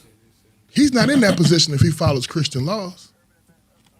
If he followed, he didn't have tenements. He didn't have He principles. was married at that time? No, but I'm saying no sex outside of marriage is validated. So if I come to you and say, man, I'm accused of rape, you had sex outside of your marriage? I ain't married. You shouldn't be having sex. So look how much problems we eliminate when we follow the principles of what we believe in. Whether that be a tribal experience or a religious experience or a custom of your ethnics. When you have sex within the certain parameters, certain things don't happen. But then when human, you got other things going on. And I this is what I brought to low too. Like, we talk about Diddy, we talk about R. Kelly, Bill Cosby, but we don't never talk about Mike Tyson. And he's strong-armed. According to her, he strong-armed her. And he's making millions. He did a Netflix special made $40 million. I mean, we supported him. I don't know about strong-armed. She said he could. What was he gonna do? She was 120 pounds. He's 250 pounds. The heavyweight champion of the world. Addicted to cocaine. Sleeping with women all over the world. And in that case, when we talk about protecting women, how is it that she thought that going to his room at whatever time? Not saying that you can't go to somebody's room at that time and but you not about to have say sex. it though. But if somebody like if Mike Tyson calls you and tells you to come to his room at whatever, I know it was late. It was 2:30, something in the morning. 1:30 or 2 o'clock. He told her to come up. I'm gonna get you a thing for your father. If there was somebody, well, she's 18, grand by her. bro. By her, yeah, I What if get she it. went up there? What if she went up there to sleep with Mike Tyson, and he pull out a 9-inch cock and said, "Well, you ain't put that motherfucker in me." And Mike said, "Oh, yes, you is about to get it." What if that happened? Yeah, I mean, shit. I mean, So if we gonna protect our women, we gotta believe her story. Over a dope fiend whose lust is raging. This was a third sexual assault case. That girl could have got millions of dollars by dropping that case. She'd have made more money by dropping the case than having the case. She would escape public ridicule because once she was raped, she was raped. It ain't gonna never not change. That's the part that actually, when I've learned about the stuff that was offered and she still went through with the case, I kind of felt, yeah. And she was 18. Something was done that she didn't want to happen. That's when I started feeling. And you that part. 18, you could sucker 18-year-old to get somewhere they ain't supposed to be. Yeah. And it could have been an intimidation factor. You know what I mean? This is Mike Tyson. You 18 years old. You know, because like the argument was, you know, he said he gave an oral for like 20, 30 minutes. You know what I mean? It's like you had ample opportunities. And I think there's a lot of times in the case where they point out where she had opportunities to leave. But I also think, and when he brought this to me, I also, you know, I said, man, the reason why he's not ridiculed anymore because he got found guilty and went to prison for it. Mm-hmm. You know what I'm saying? So he paid his debt to he society. paid his debt the way this country built. Yeah. He paid his debt. He went to prison. He came out, and now he was able to get a second chance at life. You know what I'm saying? You know, well, and you got to think during that time frame, you didn't have this social media giant going at the time either. You know what I mean? You didn't have memes and DMs and this and that. You know what I mean? So he was able to escape a lot of that. So now, well, you got a R. Kelly and a, you know, Diddley. You know what I mean? You in the middle of this kind of stuff. You know what I mean? Now, like even with R. Kelly, had you had that social media power on his first run with the girl with the P and all that stuff, Right. Yeah. if social media was strong in, Right. He would have been there. he'd have hey, they'd have tore his butt up, bro. It'd have been on the cell phone then. It wouldn't have been on no VHS tape. Yeah. Yeah. And it'd been all over. It'd have Yeah. been, you know what I mean? I think that, you know, he escaped that this third run. You right here, and it's a whole nother world. We can now influence the entire world on one video In seconds. in seconds. So it's just a different time. You know what I mean? Do you think we should still support him or abort? Who you talking about? Tyson? Mike. Again, I mean, Paid his debt. he never acknowledged that he did it, which is what, you know. He said he got counseling. He said he got help. He said he's been messed up and he tried to kill himself several times. He talked about his depravity of his life. His parents being prostitutes, his mom being a prostitute, his dad being a pimp. I mean, he Grew up in he a had a very- traumatic. growing I up. mean, he had 37 traumatic experiences growing up. I mean, yeah, you got that part, but But what is her daddy supposed to do? That's his baby. Her granddaddy. And I see this man, my daughter she went to college and she's making a little money. I think she got a real estate company. And this man making $20, $30 million and he forced himself on you. yeah, that has to be, you know, hard to deal with as a relative of her, you know, because she took it. I mean, folks went at her with. She was ridiculed Yeah, You are. by Yeah, Farrakhan. Yeah, they went at her hard. You remember that? Mm-hmm. Who goes to a room at 2 o'clock? So there it go right there when we was just talking about supporting the abuser. But in his, like you said, in his case, he was found guilty. But like, you know, with the whole Diddy thing, you know, there's Or Tupac. forgot about that one. Tupac went to jail for rape. But here's a little, It's totally different. totally different. And he came right out and was like, man, I got a mother, blah, blah, blah. I didn't do this. This is what really happened. I was in the room next door. She wasn't there with him. And Correct. I should have done something. Mm-hmm. And I But the didn't. conviction was actually for her giving him oral sex on the dance floor. You know what I mean? In the club. That's his. He didn't get convicted of rape. He got convicted of sodomy. Yeah. Sorry when you're on the asshole, but No, fellatio. sodomy is anything oral. For real? Yeah. So what's fellatio? What is it when you It's go the on the same thing, asshole man. then? What's that called? I think Shoot. I think that is. Yeah, anal. But Look, pull up sodomy, man. Pull it up real quick. I think the sodomy part is Anal. the Any That's a good orifices, I think. Maybe any orifices. That's how they say it in the courtroom. You know why? That's why I think R. Kelly should be in jail, because he walked that first time, and he knew. Like, you know, when you go to court for the first time, they using words you never heard before. Like they don't call it rape in court. It's sexual assault 1, 2, 3, da da da da da da da da. It's like you learning that shit, and you learn like domestic violence ain't just beating your woman. It's taking her wallet and keys and just sitting in the garage, not saying a word, but she can't leave. Domestic violence is screaming at your woman and making her afraid. Those are 3 definitions of it. Now you go to court, man, I ain't do nothing but tell that bitch. I told bitch she gonna leave. I just screamed at her, and I'm in jail. That's domestic violence by definition. But we don't necessarily know all that. So R. Kelly knew all them ins and outs of what was going on and got caught up in the same thing again. No. He adjusted. They just brought it back up because they gave him a RICO. R. Kelly got away the first time simply because the girl who he was having sex with said that wasn't her on the video. Right. And then her parents came back and said, no, that's not our daughter. That's how he got out the first time. But the second time, but I'm saying, through that whole court proceeding, he became very familiar with what the definition of a sex with a minor is.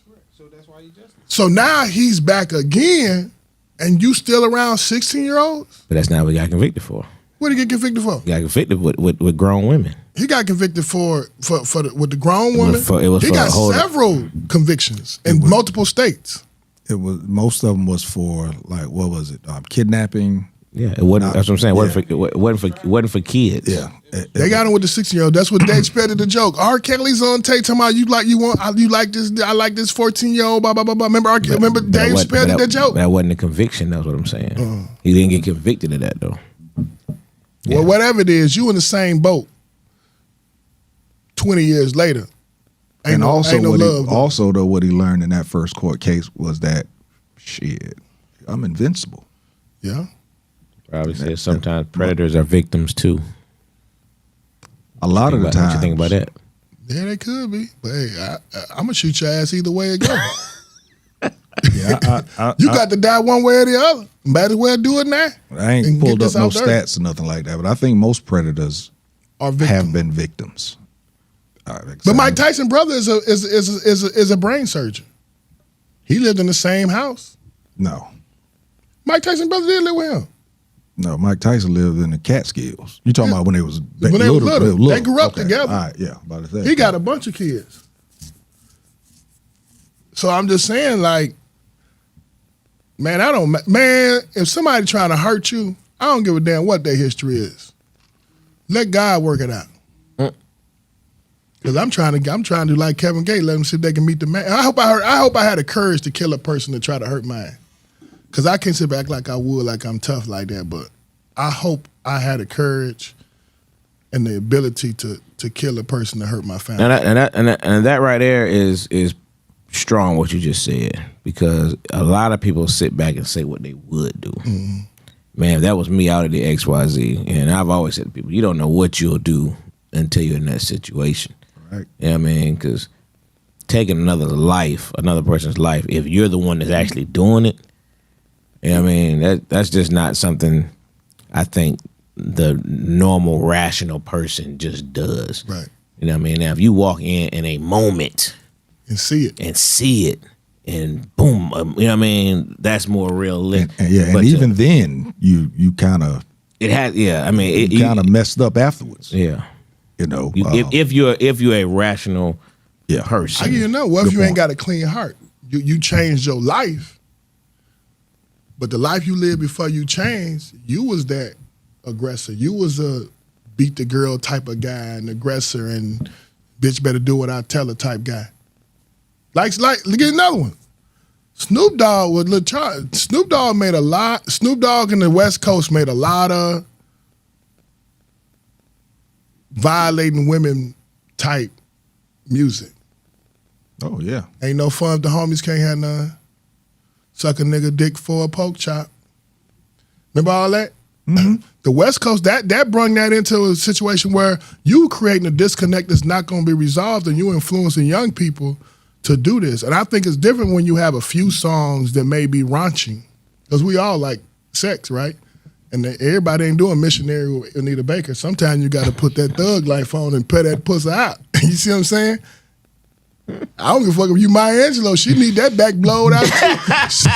You think Stebbin ain't fucking that pussy every night? You think Oprah ain't getting them legs in the air? She up there working out? Stebbin wearing that motherfucker out. He ain't fucking every night the goddamn Miles Davis. And ain't no romantic dinner. Sometimes you gotta throw that wife beater on, let that motherfucker know, bitch, I'm from the ghetto. Don't you get this shit twisted, because I'm living good shit. PhDs don't change where I came from. What you got on some of them comments, man? I noticed some women out there. It quieted down earlier. I was hoping that they would come in and say how they feel they can be protected by black men. That's a good question, ladies. Yeah. Teach us. That's a good question. You know, What do y'all see as protection from the black man? And it doesn't have to be, because I mean, we talked about. Do you feel protected? What it is that you look for or think should be happening? I guess.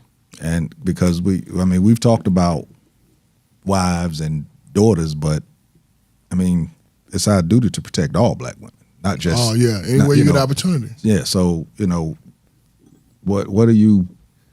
Or have you ran across somebody that made you or said some stuff to you? And I'm talking to the ladies out there now that said something to you that helped you in your steps of life in regards, and that actually helped. Because sometimes you can say something to somebody and it can give them the confidence to feel protected just by themselves. You ain't got to be there all the time to protect them. Whatever. Again, it could be an uncle, it could be a cousin, it could be a church member, something like that. But what would you do if you seen a woman getting her ass whooped at Quick Trip or something? Today? Yeah. Would you get involved? That's a damn good question. I know 10 years ago I probably would have. It's hard to say today, be honest with you. What you would do, Lo? You go get your gas, woman getting her head bust. I'm calling 911. Tell you, man, it's different these days. What you did 10 years ago? Because the thing is, I've seen guys step in to try and help a woman. Get stabbed. And the woman jumped on his ass. You seen guys, I've been on police calls. You know what I mean? The woman, she called the police. It's clear she got the brakes beat off of her. You go to lock him up, and now you in a fight with her. That's facts. You know what I mean? So you gotta be real. You gotta be real careful with that jump. Yeah. You just. I said now I don't know. I seen a woman get her beat up, and I stopped and I just watched. I got in proximity. I just talking like, man, you don't need to do this right here. I just stood and watched. But I'm using my voice trying to get him to stop. I didn't get in between. I probably. What did he say to you? He looked at me like he was gonna whoop my ass. Yeah. But I said, boy, you better whoop her ass. You bring your ass over here, nigga. Right. I'm gonna hit you back. I got one more goddamn. I got this can of ass whooping over here, nigga. I don't love you.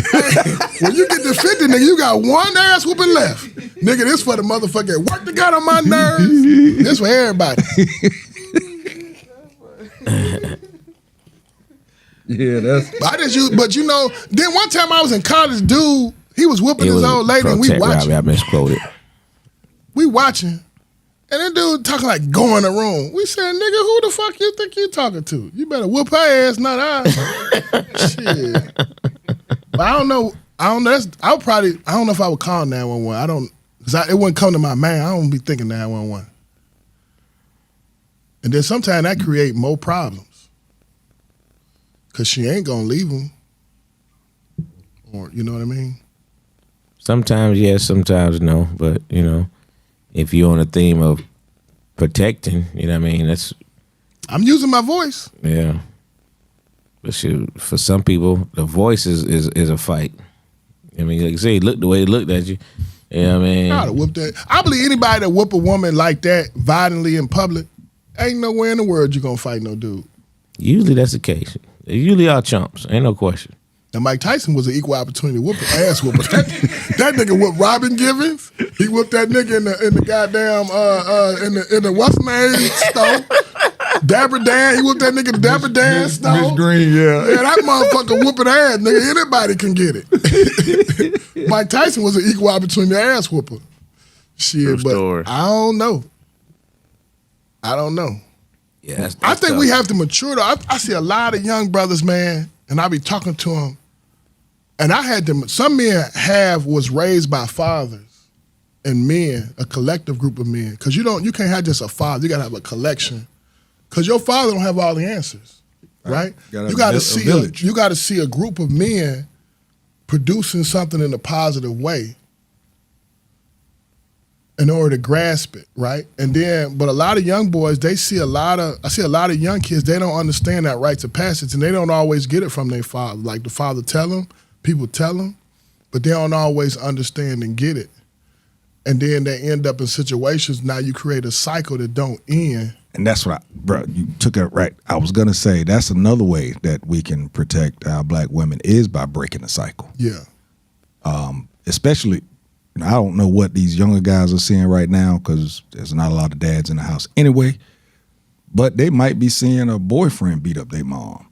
I mean, me, myself, I saw my mom, tell you, one thing I give my mama, boy, she could take one because my pops put it on her. That was an era too, that time. Yeah, I stepped in a couple of times and I got the scars right now to show for when I stepped in.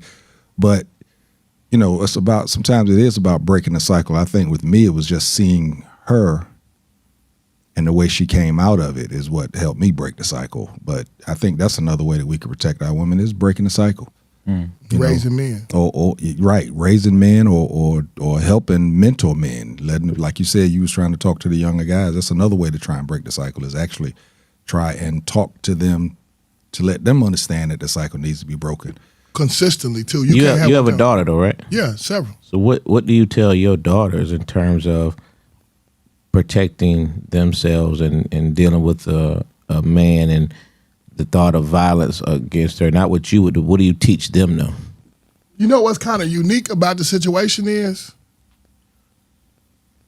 and this is another thing, like I didn't know this part, but like from raising them, they know who to bring around you and who not to bring around you. So they kind of know, I meet you somewhere, I come to you. Everybody can't pick you up at the house. You see what I'm saying? And everybody ain't, so it's kind of levels of you talking to somebody, this dude can pick you up at the house. Then the next level is he come pick you up and then come to the door. Like they usually kind of like, if they not serious, they won't bring the person around. You would allow her to, when they're under your roof, you would allow somebody to pick them up without coming to your door? Well, these are grown. When they was younger, Oh man, they grown now. When they was younger, no, they had to come through. okay. And I always tell them, ain't but one dick coming out in this house. You can't use no bathroom. You can't use my car. Yeah, I didn't have a daughter, but You got sisters? through marriage. Well, yeah, got sister, and I did what I could to protect her. She got married young though. She got married again, but through marriage, ended up raising a young lady from 14. Still To the day. kind of raising her now, but she's out of the house. But that's how I was with her. Found out she was. I still to this day. She was dating some dude, and she was like, "He's a chef." I said, "All right, well, y'all come through and cook for us." I wanted to meet the nigga. I want everybody. I want to meet him. But I think she kind of caught on because she's like, "Oh no, I broke up with him." Because she kind of knew if you come through there the wrong way. Like she was out of town and left this dude with her car, and the car ended up getting impounded. So we had to go pick up the car. So I'm parked. Wifey goes up with the paperwork and everything, and these niggas pull up. They don't know who I am. I'm looking at them. So I called them. I said, "Yo, so who's he coming up here with?" She told me. I said, "What type of car they got?" She told me. So I said, "All right." So I walked over there and I started talking to him. And he stepped off quick. He stepped off quick because he had him and 2 other guys. I pulled him to the side and said, hey, man, what the hell were you doing with her car to where it's now impounded? And I give it to him. He was truthful. He was like, hey, OG, I shouldn't have been driving. We pulled off and, we were smoking. And I said, so you don't have a license? He said, no, sir. I said, and you at the store smoking weed and the cops is at the store. I told her right then. I said, "Come on, man. That's that good dick. That's That's that good dick right I said, there. "Come on, girl." I said, "What the hell are you doing? You That's trying to do good. this in your life and you get rid of that nigga?" She got rid of him. Actually, she didn't get rid of him. He kind of walked himself out because I knew he would. He was a knucklehead like that. I think a lot of people, girls especially, they fall for the knucklehead once before they get the good one. Oh, They usually don't get it right the first. Like I think guys do it too, but we kind of got it. You know what we talking about last time too? And I thought about this. You talked about Corey Holcomb all that time. If you don't believe in male patriarchy, he ain't really funny. If you respect black women, how can Corey Holcomb be funny? Because that is the bulk of his joke, degrading women. And if you're like, damn, okay, I get a joke here and there, but goddamn, the whole hour skit is this? Right. And I thought about that. Like, that's one thing we do is protect it. Like, honor men who honor women. And who when we go through things, if your child see you with a congenial relationship with a positive man, and it's continuous, and like one thing you tell your kids too, like, that nigga ain't shit. You gotta use bad people as examples of what not to be for your children to see, like, man, that's a sorry motherfucker right there. That nigga laying in the house, that woman working double shift. Nigga ain't cut the grass, ain't offer to cut nobody else's grass. If you in an apartment, go cut do something other than sit your ass in and let that woman go to, that's a sign. You know what I mean? So then your your kids see that too, and you built that environment out. Like, I believe our kids will look for our approval before they marry. Because we told them, you bring that motherfucker over here, man or woman, boy or girl, because the boys, you know what I'm saying? Nigga, they about to get it if they ain't right. well, Do you think that's based on what you just said? Do you think that's based on having a strong relationship with your kids, though, that they look for your approval? Because sometimes they seem to pick the complete opposite of how they were raised. They do it, Tad. That's why I'm saying they kind of like, all the girls kind of have one is like, but they know when that motherfucker come in them doors, nigga, it's on. Ain't no joke gonna be spared. Ain't no goddamn comments about to be unshared. Like one brother home, man, look at you retarded a little bit, man. You been touched or something? And then, me and Papa, we know this joker here, they know not to bring him back. Like the one that, my son, he brought home a white girl. Nigga thought he was gonna bomb my car to take the bitch home. I said, you know what? I ain't putting no white bitch in my car. Got me on motherfucking hey man, string your hair it's motherfucker crazy in that my you say shit. that because when I was a kid, bruh, I had the white women you want to give me. I was like, listen, yo, We can do it over here. yeah, you In can't come to the hotel. house. You can't your come to kid my bring a house. white girl home. My kids don't bring nobody home, though. Yo, one son had a whole entourage with him. I thought he was over there like the Mac Daddy. Nah, I mean, He had 2 women with him. nah, they don't bring anyone home. I mean, at all. Your wife keep him away, or you? They just don't, man. Mine, they different, man. They just don't. It's their safe space. Yeah, they just don't, man. You know what I mean? But They dated? would they When date, they- would when they they- date a white girl? Yeah, Your kids will date a white girl yeah. in public. I don't know in public. I'm just saying. You think they could bring him He home? whispered that junk too. That's funny. If a white girl came to your house with your son, what you would do? I wouldn't do anything because it wouldn't surprise me. Hold on, it's different types of white people though.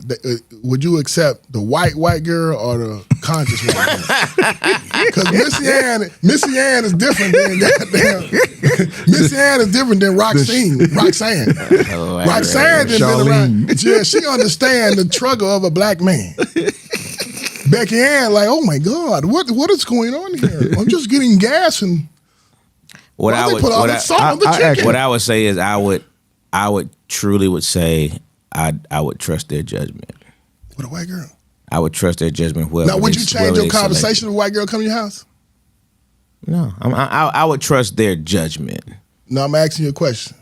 What's the? I just say I would trust. If they bring home a white girl, you trust their judgment. Is you gonna change the way you communicate in your house? Oh, like we got company. Yeah, because they know in my house you gonna hear the white bitch. Hey, we got company. We got company now. If you bring her, Get it. Look. Get it. Look. hey, she may be good. She may be good people. Get the lemonade, not the Kool-Aid. It's not about to change up the vocabulary.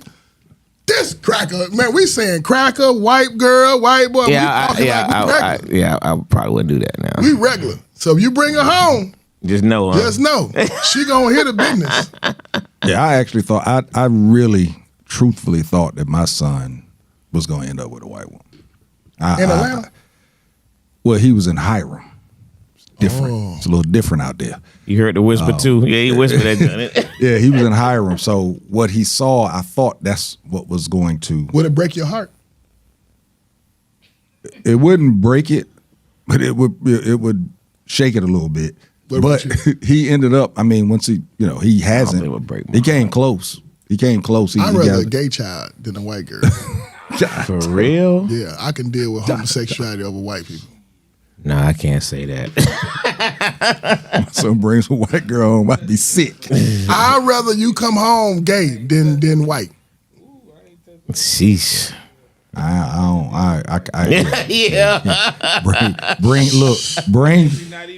Look, hey, man. Becky Ann, how you doing, girl? You know what I'm saying? Shoot. Want some Kool-Aid? I'd rather be saying Becky Ann is going, what's up, Brian?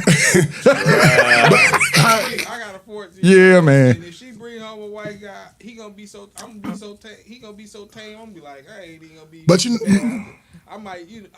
It'd be easier to rough him up than it would be a brother. but you know what's crazy? I'm gonna be honest. I fucked plenty of white girls too, so I'll be a big ass hypocrite. Big one, huh? A big one, but I got to be it. But you a be it, huh? I got to do it. That's Malcolm X. You know I'm Malcolm X, man. Malcolm had white women everywhere. Yes, he did. He went to jail fucking with it. That nigga he's supposed to get 2 years for burglary. That nigga got 6 years, 2 years for stealing, and 7 years for fucking a white girl. Yeah, we'll have to deal with the white girl. I don't think I want to. I don't know, man. That's interesting too, man, because I didn't. That's interesting that they do the same thing. But yeah, they don't bring nobody home. She said, I didn't bring home any girls either. You did? You just brought home your wife? Well, I mean, now, Your I was in parents, the school. only girl they met was your wife? No, but I didn't bring, we talking about in school, when I was living with my mom. You never I didn't really bring girls. I didn't really bring girls home. You never fell in love and brought a girl home prior to your wife? I didn't bring my wife home technically though. But yeah, but taking her to Virginia, she definitely was. She was the first one I took around Your the wife? family. Yeah, That was a move, right? Was you yeah, I ain't taking nobody else around the family. out there? You was premature. When? When you was young. Because I was a jack. Oh no, I was. Nigga, if I got erection, I had to give you satisfaction. Yeah, boy, I'm with you on that one. Look around, let that shower hit the shower hit too hard, nigga. Come on through, baby. Come on through. Hey, and the later it get, the less the standards get. 2 a.m. A 2 a.m. pull up ain't like that goddamn 7 o'clock pull up. That 2 a.m. pull up is what you want, lady.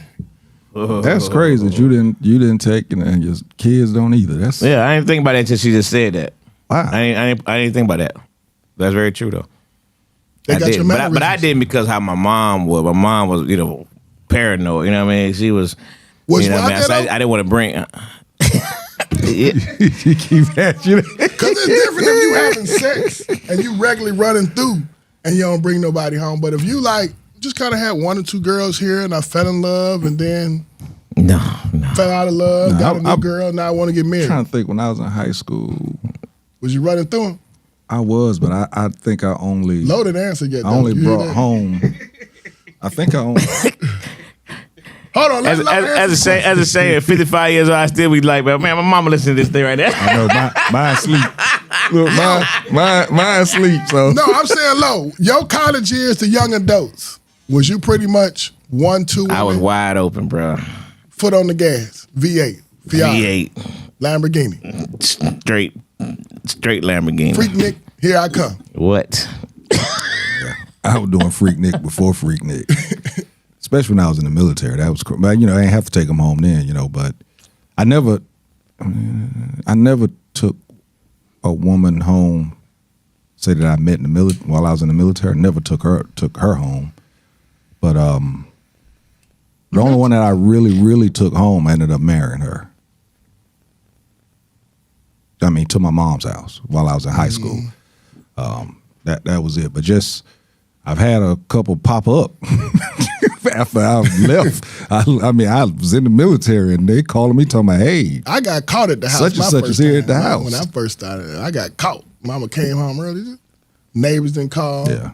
They came home. They in the house with the guns. Mama come home. Yeah, that. And hey, the bride gonna tell my mama, who is this? Bitch, you better. I said, well, shit. So we lived on a military base, man. So, it was a lot of freedom.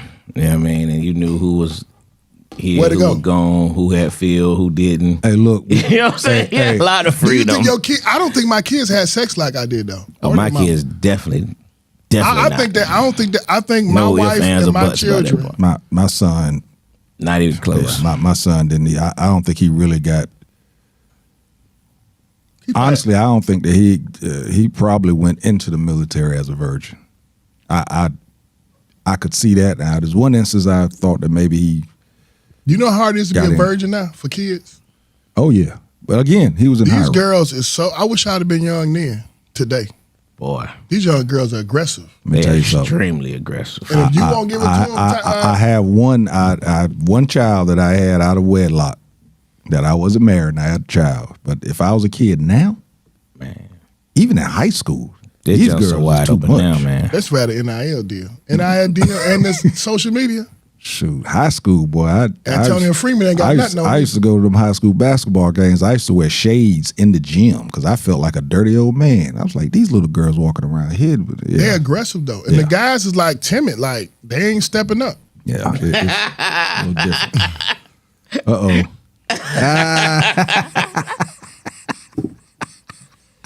Yo, mama said you was a player. And that's the thing. Look, that right there.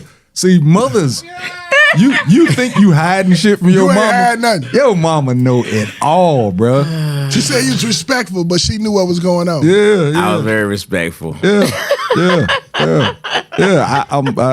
I'm sure my mom knew because she got to the point where she. My mama caught me. Like, she had to know. like the girl that like I said, the girl that I ended up marrying, she just started saying, you know what, just y'all can just be at the house because my mom got off work late. She said, when I get off work, you can take her home.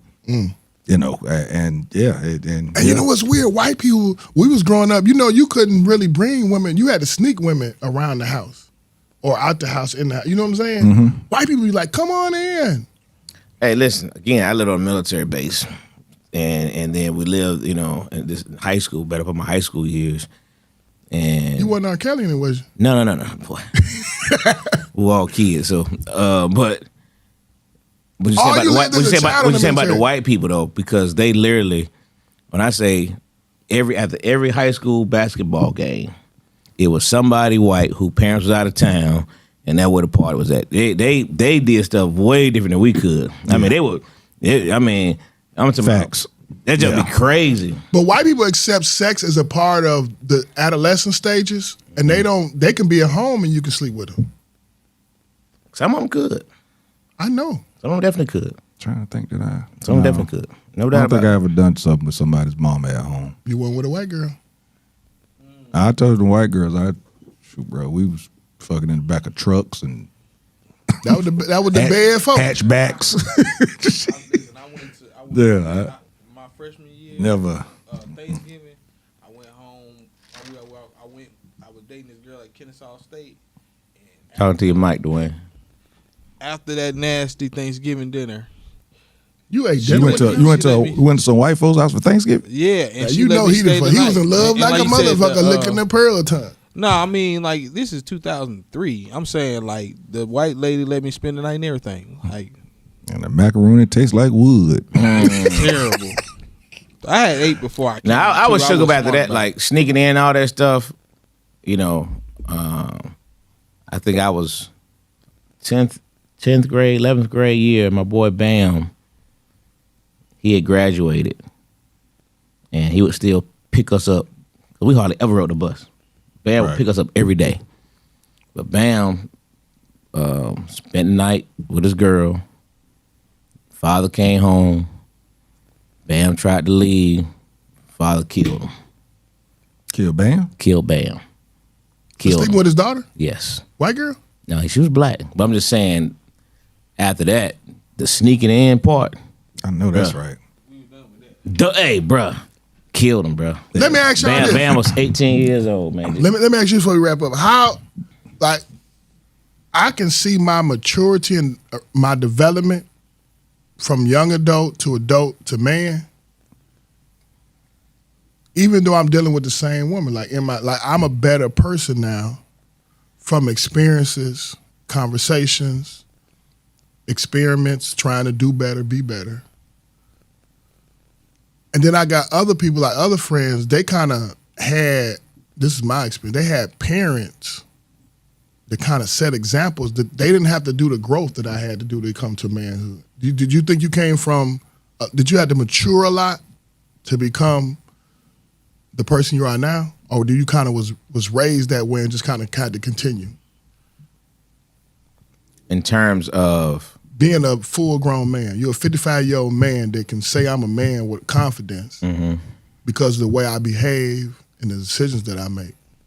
I couldn't have said that 10, 15 years ago. I think I could.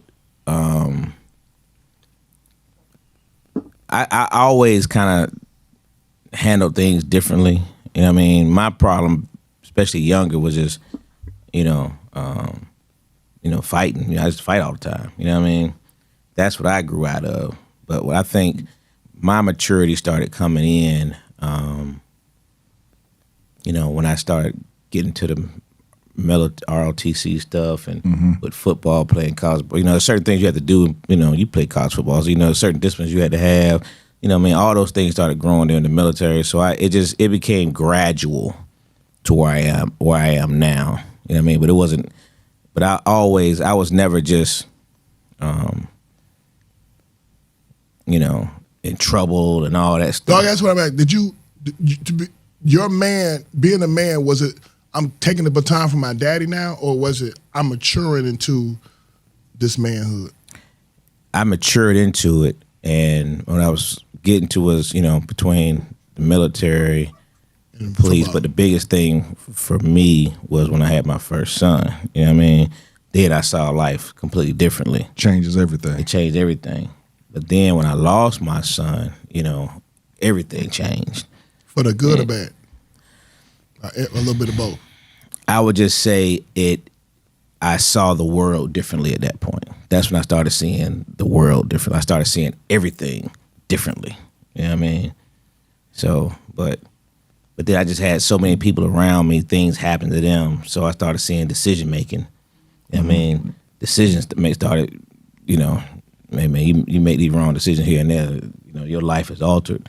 Now I've had a lot of folks dead, jail, you know what I mean? Life's got altered who had mad potential, and life's just got altered, you know what I mean? So there's a lot of things. So I think it was gradual, but I was never to the point where I was, where you could say, boy, he on his way, you know what I mean? I was never that guy where I was on my way to doom and gloom life, you know what I mean? What about you? Yeah, mine was, I had to mature earlier because my pops wasn't around. I had a little sister. But I think once I saw like you said, your partners, your cousins, I went to the military, came back. Actually, some of them, even before I left to go to the military, they was already dads. Mm-hmm. And I didn't want that because I didn't want what the way I grew up, I didn't want that on my son. It ended up happening a little bit, but it stopped me from jackrabbiting as much. Put it that way. It didn't stop me, but it stopped me a little bit because you just I didn't want to have. I mean, I saw these guys going to court and acting like they ain't had no money in their pocket so that they wouldn't have to pay child support. I mean, these dudes we go into the courtroom, they would give me their cash, walk up there to the judge and tell the judge, how much money you got in your pocket? They pull out $30-something. And the judge be like, I need for you to pay that every week to this young lady. I'm sitting back there with about $800 of his money in my pocket. And I'm like, I don't think I want to go through this type of stuff. So but now when my son did come, I was 33. And I thought that I was already a man. But like you said, when that came, that's when my maturity really amped up.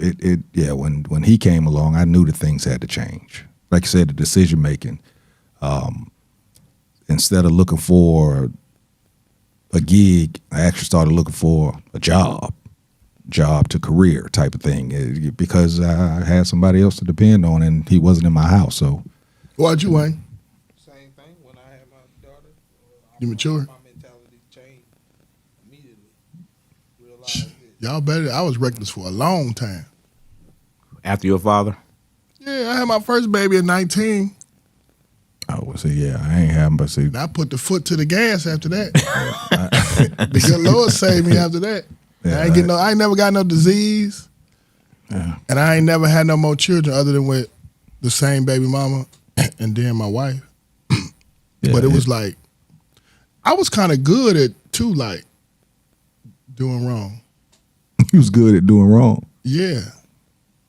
Like I knew how to operate and move with like not bringing all the attention to me. Yeah. I knew who to pick, how to pick.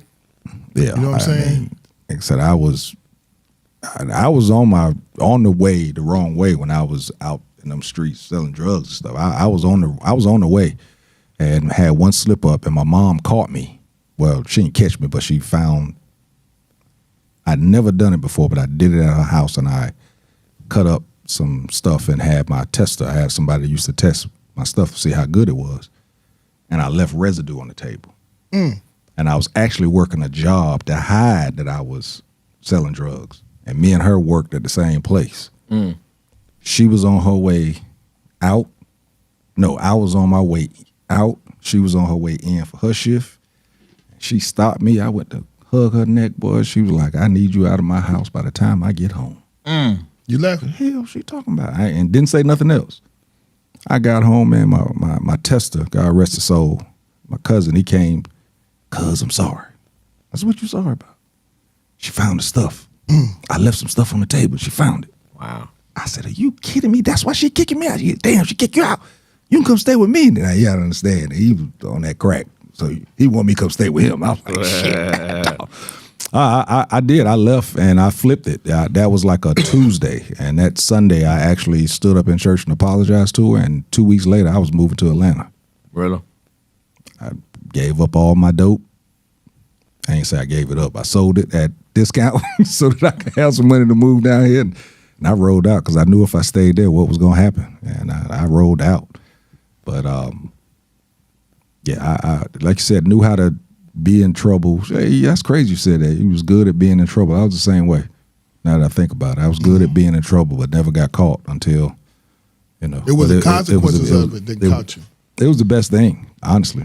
It was the best thing because I was getting a little bigger as far as in the neighborhood or whatever. The money was coming in, and I was coming back and forth to Atlanta and hanging out, and had to go back though to get my money, and then I just gave it all up and moved down. Yeah, I was scared of all that jump, man. Was you pretty smart young, or was you young and dumb? No, I was very smart.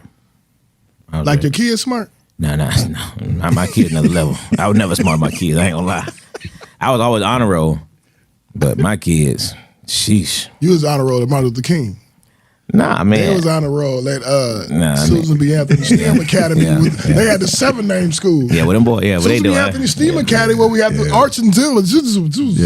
I was never on that. Them joker there, man. You was raised well? We were playing daggone tonk the other day, man. Me, Robbie, and Asa, man. Asa doing calculus in the middle of a tonk game, bro, and didn't miss a freaking beat. We was sitting there looking like that. The dude sitting doing calculus work. Just every time I was, we sitting looking like this dude doing calculus in the middle of a talk game. What kind of BS is this, man? You know, Ace could go to a underground card game and win because he could do that and intimidate everybody. Hey, man. He's doing they over there going, damn. Yeah, man, that's just crazy, man. What you asked me though? Oh, you was raised well? Yeah, I was raised straight away. I was raised by my mom. You know what I mean? No nonsense. Yeah, but yeah. But I just she used to beat us ridiculously, but the older we got. Why you say it like that? You deserved them. No, man, not what we were getting, man. That's just unnecessary. Now you know your mom watching. I know, and she know I've told this before. You know you deserved every whooping she gave you. Nah, she didn't whoop you because the sun went up. Some of the whippings were unnecessary. I said unnecessary with a capital UN. What was unnecessary about you didn't earn them? Not like that. I got a whooping, man, because I didn't want to eat black-eyed peas, bro. She cooked them? I didn't want to eat them. They made me throw up. Throw up and then. I couldn't leave the table without, man, that wasn't the worst of my life. Man, she beat the brakes off me because I hit by the mistake I made. The mistake I made was I hit him in the daggone aluminum foil and forgot to take him out the room and Joker spoiled. Did you get whoopings? I remember that woman this day, huh? You got the whoopings or you got that ass whooped? Oh, the other one. Yeah. You think she was like? I think a lot of women. My mom, man, because she felt like she was raising a boy. So she feel like she had to be a little tougher. I don't know what I think it's, I think historically those whippings are just passed down. You know what I mean? That's the way she was raised. I'm pretty sure that's the way her parents were raised. They just historically that's how it happens. You know what I mean? And she just probably did how she was raised. But my mom was like, I'm raising a boy by myself. My mom, this world gonna eat you up. I think because I got beat so. Liver pudding was mine. She used to talk during the whippings, and not one time during her talking during the whippings was, I'm whipping you because I want you to be a man. That joke never came out. Everything else came out. That never came out. I'm doing it because I want you to be a man now. It was never that junk. No, it was. They used to have this thing, and I don't know what it is. It's called liver pudding. I know what you're talking about. I never would eat it, and my pops beat me every time. Every time so I think my mom basically felt that once we got away from him, she kind of felt like you don't need no more. This nigga here done got his ass beat a lot, and that was one of the things I tried not to, because I got beat so much. And when we moved to North Carolina, I didn't want anything to look bad on her. That made me mature a little quicker also. So I was doing everything right because I didn't want nobody outside of our house to be able to say, damn, Rita, baby, them kids bad. Yeah. I didn't want to be a bad reflection on her. Now, I did steal some money from her one time. From your mama? Yeah. I wanted to get my bike. I need to get the chain fixed on it. And I took some money out of her purse. She lit you up. Man, you still remember, don't you? She beat me with that chain. I was trying to put the chain on the bike, hooking the links up. Boy, she came out that house. She didn't have to say nothing. I knew what it was. And I took off running. Boy, she grabbed that chain. And that was the last time my mom ever had to do anything to me. Arlene said she had to eat oatmeal. Mama didn't want to eat oatmeal. You know what's crazy? Get your mom. Get your mom. Yeah. Helen Bracey wasn't no joke, boy. And my grandma, she wasn't no joke, boy. I'm telling you. That's why I say that's how they were raised. You know what I mean?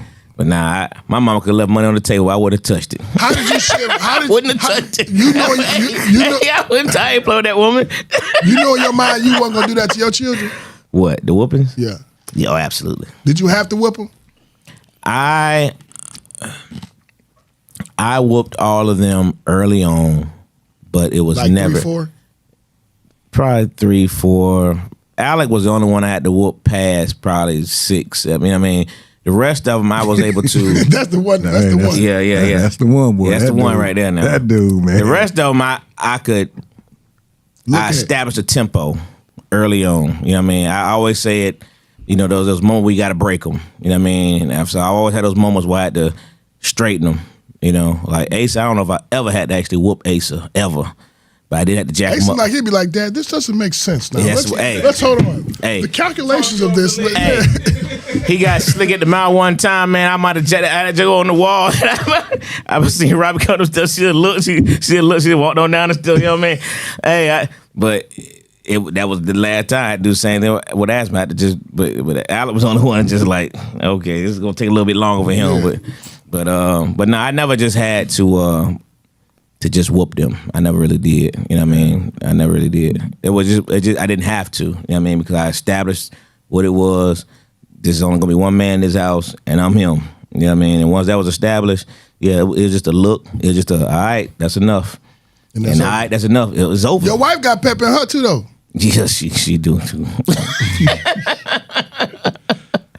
I only had to whip mine twice, but he wasn't in my house, so I had to whip him twice. And after that, I had to jack him up, like you said one time, grab him in the chest. She said one of those. One time, but I only had to whip him twice. But again, I had to go to his mom's house to do it because he used to do stuff. And he got to the point to where his mom would be like, she'd be like, I'm going to call your daddy. And he was like, so? He ain't going to drive all the way out here because I hated driving all the way out there. He knew it too. Mm-hmm. And I popped up on him twice and went up in him. Pause. But it's all right. We talking about your son. We understood. Did that twice. And after that, only as he got a little old, I think he was about 14 or 15.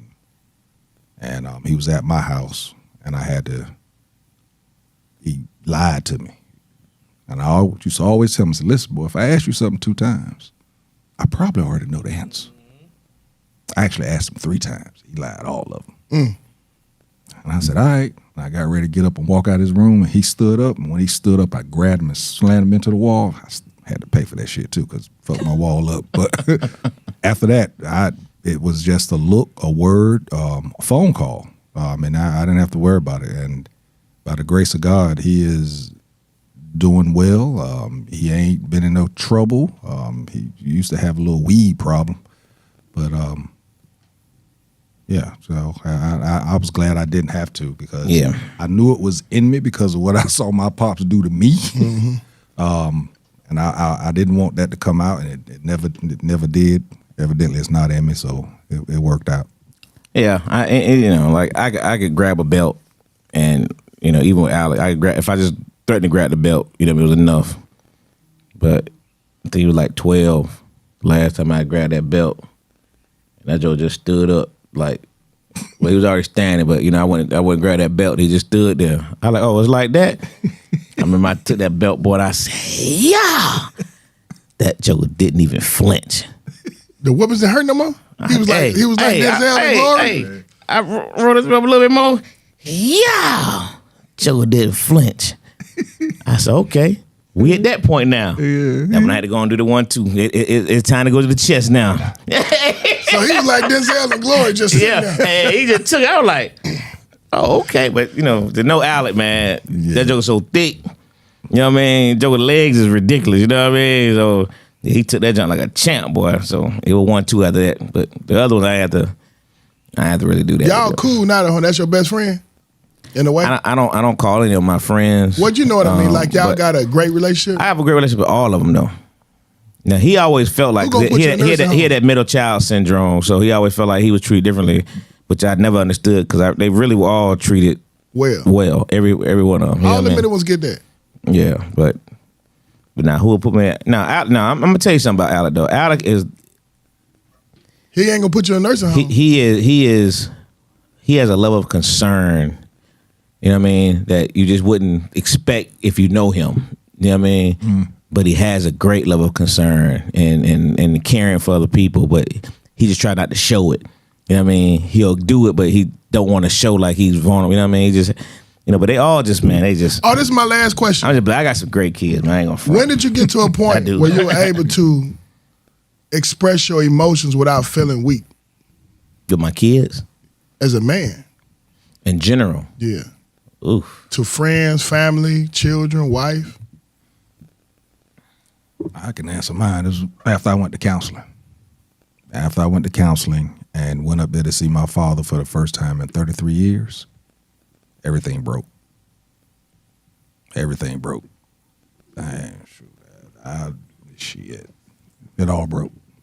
I became better for it, to be honest with you. Yep, became a lot better for it. What about you, Lo? You able to express your feelings without feeling weak, like being vulnerable? Probably, man. Honestly, probably within the last 5-10 years. Honestly, you know what I mean, and I'm still not 100% there with that. You know What's what I on mean? your own? I just been so used to doing things on my own for so long. You know what I mean? My mom was military, so when I graduated high school, I went straight to West Georgia, and from that point on, it was just me. I had no family here. My mom was in Germany with my sister, my little sister. All my family in Virginia, Maryland, you know what I mean? I had no family here. So I just learned how to do things on my own, and any issues I always have, I just always dealt with it. You know what I mean? I ain't really. You never talk say to like, people. man, that hurt my feelings. I wish you wouldn't do that. Or when you talk like this, I'm the type. I just button up. Just button up. You'll know when you piss me off because I got nothing for you. Mine has probably happened over the last 5-10 years too. But it's like a release where you can kind of express your emotions, how you feel. And to me, it's able, when you put words with it, I don't have to respond physically now because I can just tell you, I know you understand because I've expressed it in a way that I tried to express in a way that you understand it. Mm-hmm. So now your response to that lets me know how you feel about me. Because if you care about me, I believe you're going to make an adjustment, create a better conversation, give me a chance to explain it more, grow more, get the verbiage for it. And I think all these things come into you becoming a full man, and then you try to get it to your kids as quick as possible, especially the boys and the girls, like, this is what I learned here. This is what I do, and this is why I do it here. Take this. And I think the kids, not only my kids, other kids, they listen, and it's valuable. Sometimes you don't have the maturity, but you just plant seed for it to come later. But to me, that was a big experience. So no, I don't have to get mad or angry or emotional like I used to. You know, you still get the fire in you because you got, you know what I mean? But like, I remember my son did something to me, man, I was about to beat his ass. And he deserved that. I still believe to this day he deserved that ass whooping. But I was able to verbalize it versus than doing it. And it gave us an opportunity to stay in relationship. Because a fight would have put us out of relationship. Because I was going to fuck him up. And he deserved it. He deserved it. But being able to talk to him and then have that conversation over a period of time allowed us to stay in relationship. And this is one thing, like, you don't want to me, what I learned was like, life goes like this, and I want to ride the waves with you, and I don't want nothing that's so complex. Unless it's a principle or a moral thing, then we should be able to ride this whole thing together, so you don't have to go through life by yourself. Yeah, you're right. You know what I mean? I'm going to tell you, I'm going to be honest with you, man. Aspen is probably one of the ones who helped. That's my 23-year-old. Because I remember the last time I had a real verbal altercation with him, because we were having a conversation, and he was kind of getting slick at the mouth, and just with the comments. It wasn't just the comments which started to bother me, you know what I mean? And I was like, so I kind of confronted him about it, you know what I mean? But what happened the next day, he came and he said, Dad, I want to apologize to you. He said, although, you know, I was expressing myself, I didn't have to get smart with you. And I thought that was so big of him, you know what I mean? And it led us to another conversation. And that was such a enlightening experience for me, you know what I mean? Because it made me feel, number one, we did good, you know what I mean? In terms of saying, hey, you know, because I think you should be able to have conversations. And sometimes, you know, you can be short with them, you know what I mean? Because it's like, it's my decision. You grown, yeah. You know what I mean? I'm the grown up. Yeah. But then learning your kids is like, well, these guys are pretty intelligent and they really think things through. So let me listen. You know what I mean? Let me hear what they're saying. And I think that changed my relationship with all of them, because now, you know, I we talk. You know what I mean? You can have conversation, and there has to be no emotional stuff. So we don't really have it. You know what I mean? Even with Alec, you know, I know sometimes I let stuff slide because like You the baby? he the middle one. Yeah. But it's like it's really not worth this. You know what I mean? Because it can set He is you. who he is. He is who he is. And I had to accept that, you know what I mean? And I know, and then understanding he is who he is, but, you know the kid and the underlining part of it. So, yeah. And I told Aspen, he taught me something. Aspen taught me something. I learned from my son. And that was really an emotional experience. That's True real. story. What's your lesson you learned from your son? Patience. I learned that from that. That's what I learned from my son is patience, because he displays a patience that I didn't. I'm still working on it. I'm pretty low key, but at the same time, I'm not as patient when I need, especially when dealing with people sometimes. So he's taught me that, to be patient. But the whole thing about he is who he is or she is who she is, I'm so good at that, and I just decide on whether or not I want to deal with who they are.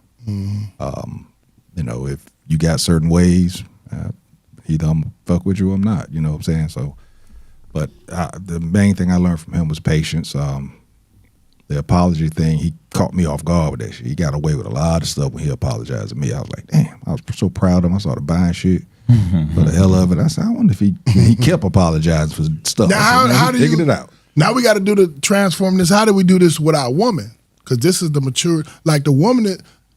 Let me say this. You can never say. I ain't gonna say never say. Your relationship with your woman reveals to you who you are. And to be a man of honor, to be a good man, a man needs a woman to shine up against him, to bump up against him, to show him who he is. And then once you see that, you have to make a decision. Damn, this is who I am. What do I do to adjust? So you need a woman. You need the opposite reflection of you to bring out the best in you. So then how do you do that with your woman? You dig what I'm saying? So that now y'all relationship is thriving in a way that's really in a beautiful type of way. You know what I'm saying? Where you can love abundantly and fruitfully and without reservations with your woman and her with you. So now that's kind of like, to me, the pinnacle of your manhood is once you can get the honor and respect from your woman over a long period of time. You know what I'm saying? And to be able to hold that and maintain that, that's a hell of a thing. And I think a lot of men, they get divorced, this, that, and they older, like you 50 years old, still getting divorced, you kind of got some problems. You should be able to maintain something after a while. So if I look at Barack Obama, I can say what I want about him, but he's maintained a healthy relationship with his wife for over 20 years. I don't know how long he's been married. I know it's over, probably close to 30 now because their kids in their 20s, you know what I'm saying? That's a hell of a man. That's a hell of a man. I think with that comes with choosing, making sure that you choose the right partner. Because, if people get divorced, whether it's late, some people, they just deal with it until they can't deal with it no more. They probably should have got divorced a long time ago. When they start getting divorced late, if they've been married 20, 25 years and they decide to get divorced, they probably should have been divorced. So that's just my belief. She probably should have been divorced a long time ago with that. But one thing I can say is that none of us protected women when we was younger. we wasn't doing it then. We went all, this was a classic conversation for sure, because we went all the way around to raising kids, from protecting women to raising kids and getting whippings because of what you want to eat. we went stealing from your mom. Why the beans made you sick? You ain't like pinto beans? Black eyed peas? I hate them to this day. I can't stand the smell. The smell makes me sick. I don't like. If I smell them, I got leader. I can't smell them. I don't like. Makes me sick. I don't like to this the way. day. I don't like the way they look. I've never eaten a black eyed pea. The way they look is the steak disgusting. But I've the never- smell of them. For real? Oh my. Oh, as a kid growing up, bro, if food didn't look right or it didn't sound right when you said it, Well, if my grandmama got them heavy pots. like okra. I wouldn't. That slimy stuff, You ain't like okra. My grandmama, if she grabbed them heavy pots that was hand-me-down pots from her mama, shit, you just sat down. It's time to come get it. Never ate. She ain't had to tell me Okra, nothing no on black-eyed pea. Yeah, I don't eat okra either. No green pea. No, like the whole fish. If it don't walk when you get through, you don't eat mother it. sitting there with the eye looking up at you, I will walk away. Only from thing the I plate. learned to eat later on that I hated initially was liver. And I didn't like it then because I didn't like the name of it. You know what I mean? That's what they got me. And then I saw the blood being cut. I was like, I'm not eating that. Yeah, but now I haven't eaten liver in years, but I did eventually start eating because I don't remember who made it. It was like liver. I think my mom might did. It was liver with gravy and rice. I finally ate it. said, "Damn, didn't sound right." Y'all, yeah, didn't sound It right. didn't sound right, bro. Just didn't sound right. To I me. didn't eat shrimp as a kid because it didn't sound right to me. That's not my weakness. Yeah, but now Food is my love. But then I started eating them, and now I'm allergic to them. So Real? Oh yeah, shellfish. I ate them prawns, and had to go to the hospital and act like I was somebody else because they ain't had no insurance. Probably still got that name on the wall. Look for that nigga. right now. Still looking for it. You put a top 5 in there already? I did. What is it? The Super Bowl? Top 5 Super Bowl MVPs. Your top 5 Super Bowl MVPs. Got to do a Super Bowl topic. It's Super Bowl. Yeah, It's Super Bowl week. Man, this is a great weekend for me. I got my Tar Heels and Duke. Then I got the Super Bowl on Sunday. I'm going to gain about 7 pounds this weekend. Easily. I can't even remember who won this MVP. Kiki said, whoopings, what are those? She ain't get no whippings on. No, she ain't get no whoopings. Yeah, she was born in the Number 2000s. one fan said, expression emotions is not a weakness. If more people did it, they wouldn't have not have ulcers. Keeping it in is toxic. That's true. Facts.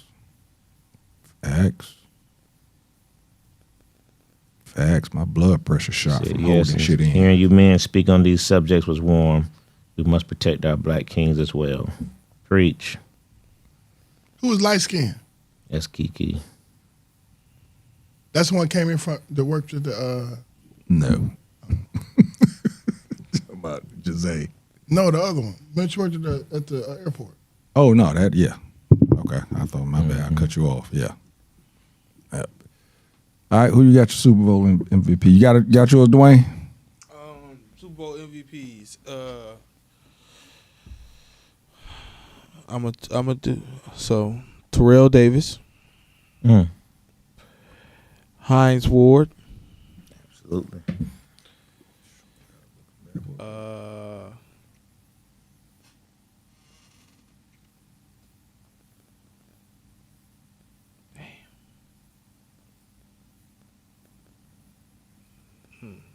Okay. MVP. I'm trying to think of team. I'm a Falcons fan, so I don't got. I gotta really think about who won the MVPs and stuff. Yeah. Jerry Rice. These are my Falcons fans. I know.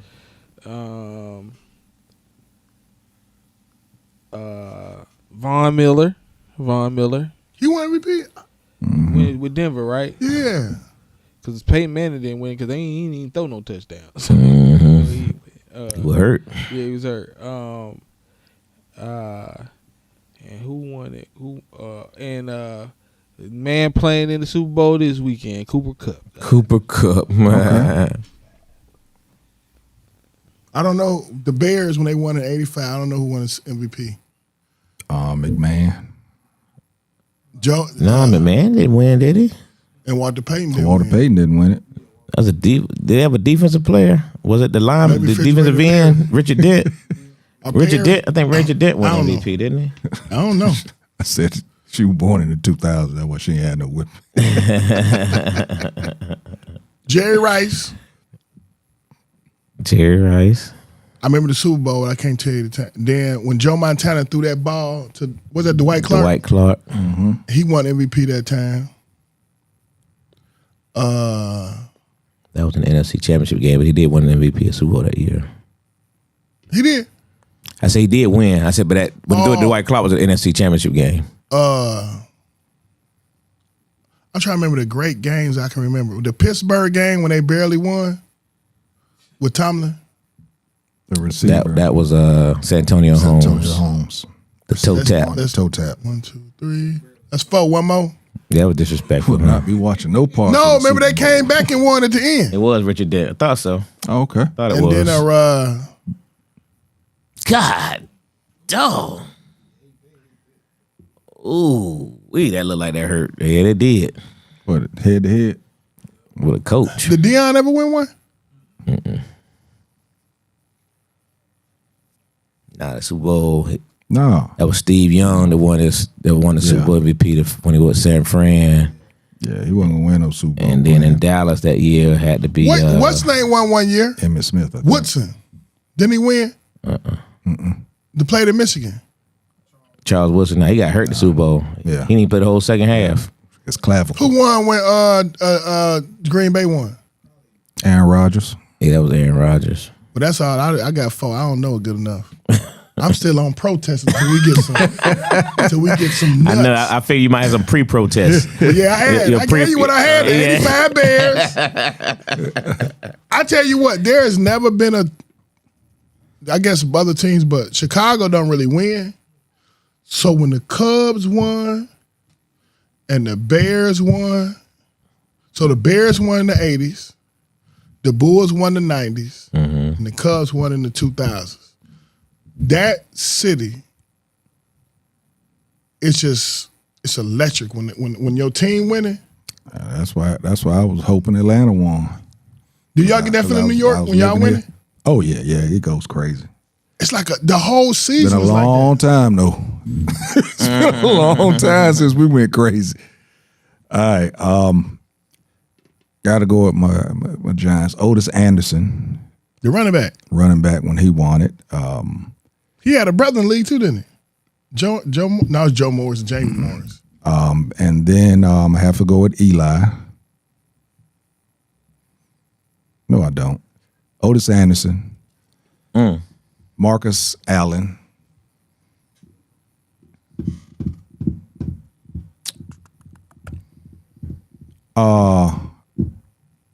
Desmond Howard. Dang, stole mine. What team he was with? I think you're gonna guess that. He was Green with Bay. the Packers. That's when Brett Favre won his. Yeah. Won the Super Bowl with Desmond Howard had the kickoff return and the punt return. Didn't the running back win for y'all? Franco. No, Franco's my number one. Okay. But No, he didn't win. Jerome Bettis didn't win though.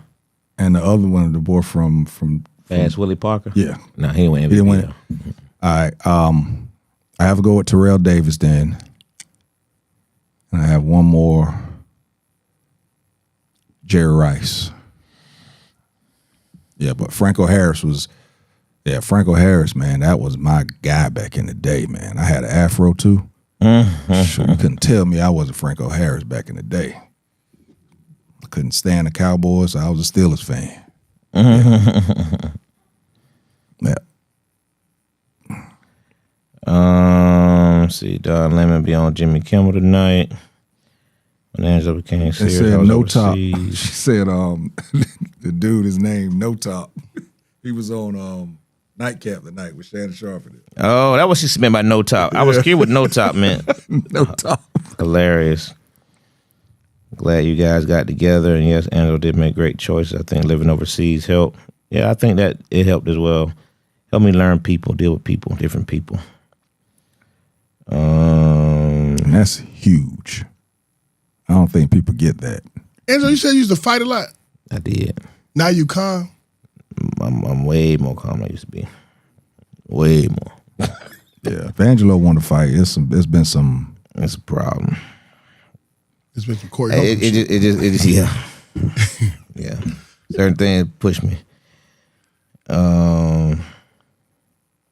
Just trying to make sure I got everybody's comments. I saw Doug Williams. Yeah, I'm about to read those now. Number one fan got top 5 Super Bowl MVP Doug Williams, the first black quarterback to win the Super Bowl. Von Miller, Jerry Rice, Jalen Hurts, Desmond Howard, Lynn Dawson. Okay. Jalen Hurts was one of the guys. I would say that's one of my honorable mentions because of his path. See, my mom got Jalen Hurts, Patrick Mahomes, Tom Brady, Cooper Kupp, and Aaron Rodgers. Threw in Emmitt Smith as an honorable mention. My aunt got Jerry Rice, Tom Brady, Patrick Mahomes, Jalen Hurts, Peyton Manning. Got to add Doug Williams.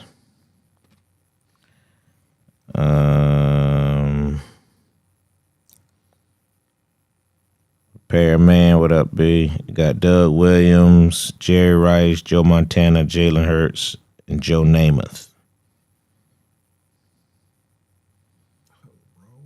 You want to hear something Will not be crazy? watching no parts of the Super Bowl, no black coaches, no black quarterbacks.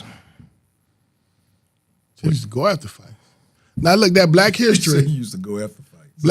Doug Williams was the first black quarterback to win the Super Bowl. Mm-hmm. Who was second?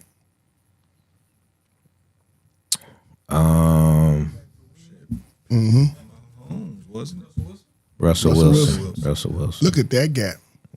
You know, Michael Vick was the first ever quarterback to be the first pick.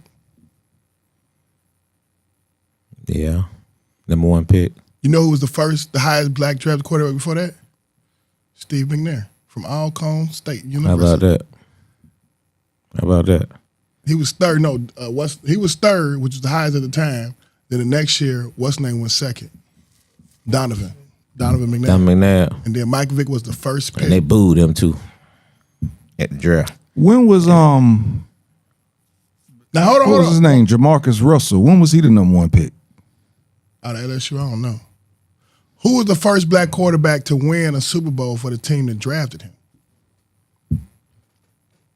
I mean, Russell Wilson got drafted by Seattle. He didn't play with Seattle first. Yeah, he did. Yes, he did. He transferred in college, but he went to Seattle. He only played Seattle. Seattle, and then from Seattle to Denver, from Denver to Pittsburgh, and Pittsburgh to the Giants. Mm-hmm. Pittsburgh to the Giants, what you talking about? He played Pittsburgh last year. He played Well, year Pittsburgh before last year and played with the Giants this year. Well, yeah. Chiefs and the Raiders are my first teams. That's number one fan. Joe Namath guaranteed victory, first to ever do it. True story. All right.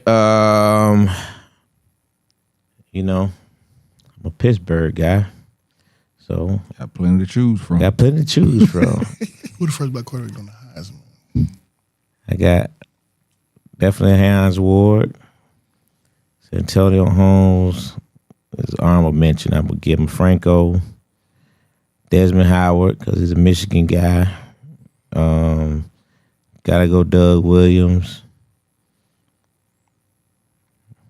and you know, Thomas Edward Patrick Brady. Hey. You like Brady? He beat you. He didn't beat the Super Bowl, but he was in the AFC Championship game a couple times. But He beat you every year. you know, but he had a mad winning record against Pittsburgh, ain't no question. But he went to Michigan, so you know. And I know he was good before he got drafted. Because he went to Michigan. You know what I mean? I never knew he was good. Jamarcus Russell went before Russell Wilson. Yeah, that's what I thought. Yeah. Named the first black quarterback to win the Heisman. Damn. The first black quarterback to win the Heisman. Was it Andre Ware? Might be. Did Yeah. Cordell Stewart win it? No. Yeah, it might be Andre Ware. Andre was a bad boy, too. Yeah, he was. 600 yards in a Black game. History Month report. 38 years ago, on January 31st, 1988, Doug Williams became the first black quarterback to win a Super Bowl against John Elway and the Broncos. Beat the brakes off of him, too. Yeah, the Broncos losing to all the NFC East teams. What's the name of the running back that went over 200 yards in that game? 203 yards. Timmy Smith. Timmy Smith. I was just going to ask, boy, he disappeared. Disappeared. Shoot, if he'd done something like that You said, now, yeah, that's right. Andre Ware. That's correct. yeah, right, he'd have got paid right now. It's good top five. All right. Major Harris was just as good as Ware. I won't say it was just as good as Ware, but Major Harris was very good. So was Sean. Was it Sean Williams? Sean King. Sean King. No. Sean played at the University of Virginia. The year they won the national championship. They won it. They split it with Georgia Tech. Oh, that's right. He was a pure pocket right. quarterback Forgot about that. and never got a chance to go to the NFL. They didn't really give him a chance to start. When they split It was Sean. the It national was Sean championship something. with Georgia Tech. But he was a dynamic. He was a great quarterback. What's his name? Yeah, I can't remember his name. But no, it was Sean. that was when I think he had, was it Kirby that was in the backfield with him? Terry Kirby. Yeah. Yep. Yep. Yeah, bro. Man, I forgot about that quarterback. He was a bad boy. I forgot about him. He was a bad boy. Patrick White, West Virginia. Patrick Wright, West Virginia. West Virginia, yeah. Yeah. No, I'm talking about a dude from Virginia, not West Virginia. This dude played for the University of Virginia. He was a University of Virginia quarterback. This had to be. I was in college. It had to be like 88, 87, 88. Was it 1990 when Georgia Tech won that national championship? It was 1990. It was 1990. Yeah, 1990. With Sean. That was his last name. Because Sean King was the quarterback for Georgia Tech, wasn't he? At that time? Yeah. And at 1990? I didn't think Joe I thought Hamilton. Sean King played in the Midwest. Where he played? I thought that because Joe Hamilton and them, they lost to Florida State, so they didn't win national championship. He balled out though against Florida State. Florida State had Peter Ward. Man, that used to be. He live out here now. Oh yeah, he live out here. He coaching. He was coaching football. You ever see Hines Ward out here? Just like the nah. I seen him. You know they dedicated that stadium to him. His high school stadium. Yeah, I know. I seen him then. Yeah, we played flag football guys that played with him. He all the way different now though. What do you Not mean? in a bad way. Oh, okay. Like he just I know, just real. You know, he was real eccentric when he played. Like he would talk junk. He would hit people. Can't talk junk now. He just regular. He did some kind of, I think he was running marathons or something. He transformed his body to become like a marathon person. He was a bad boy. When he was at Georgia, Hines Ward. yeah, man. Quarterback, running back, receiver. He wasn't necessarily the best athlete. He was just so smart. He understood where to be.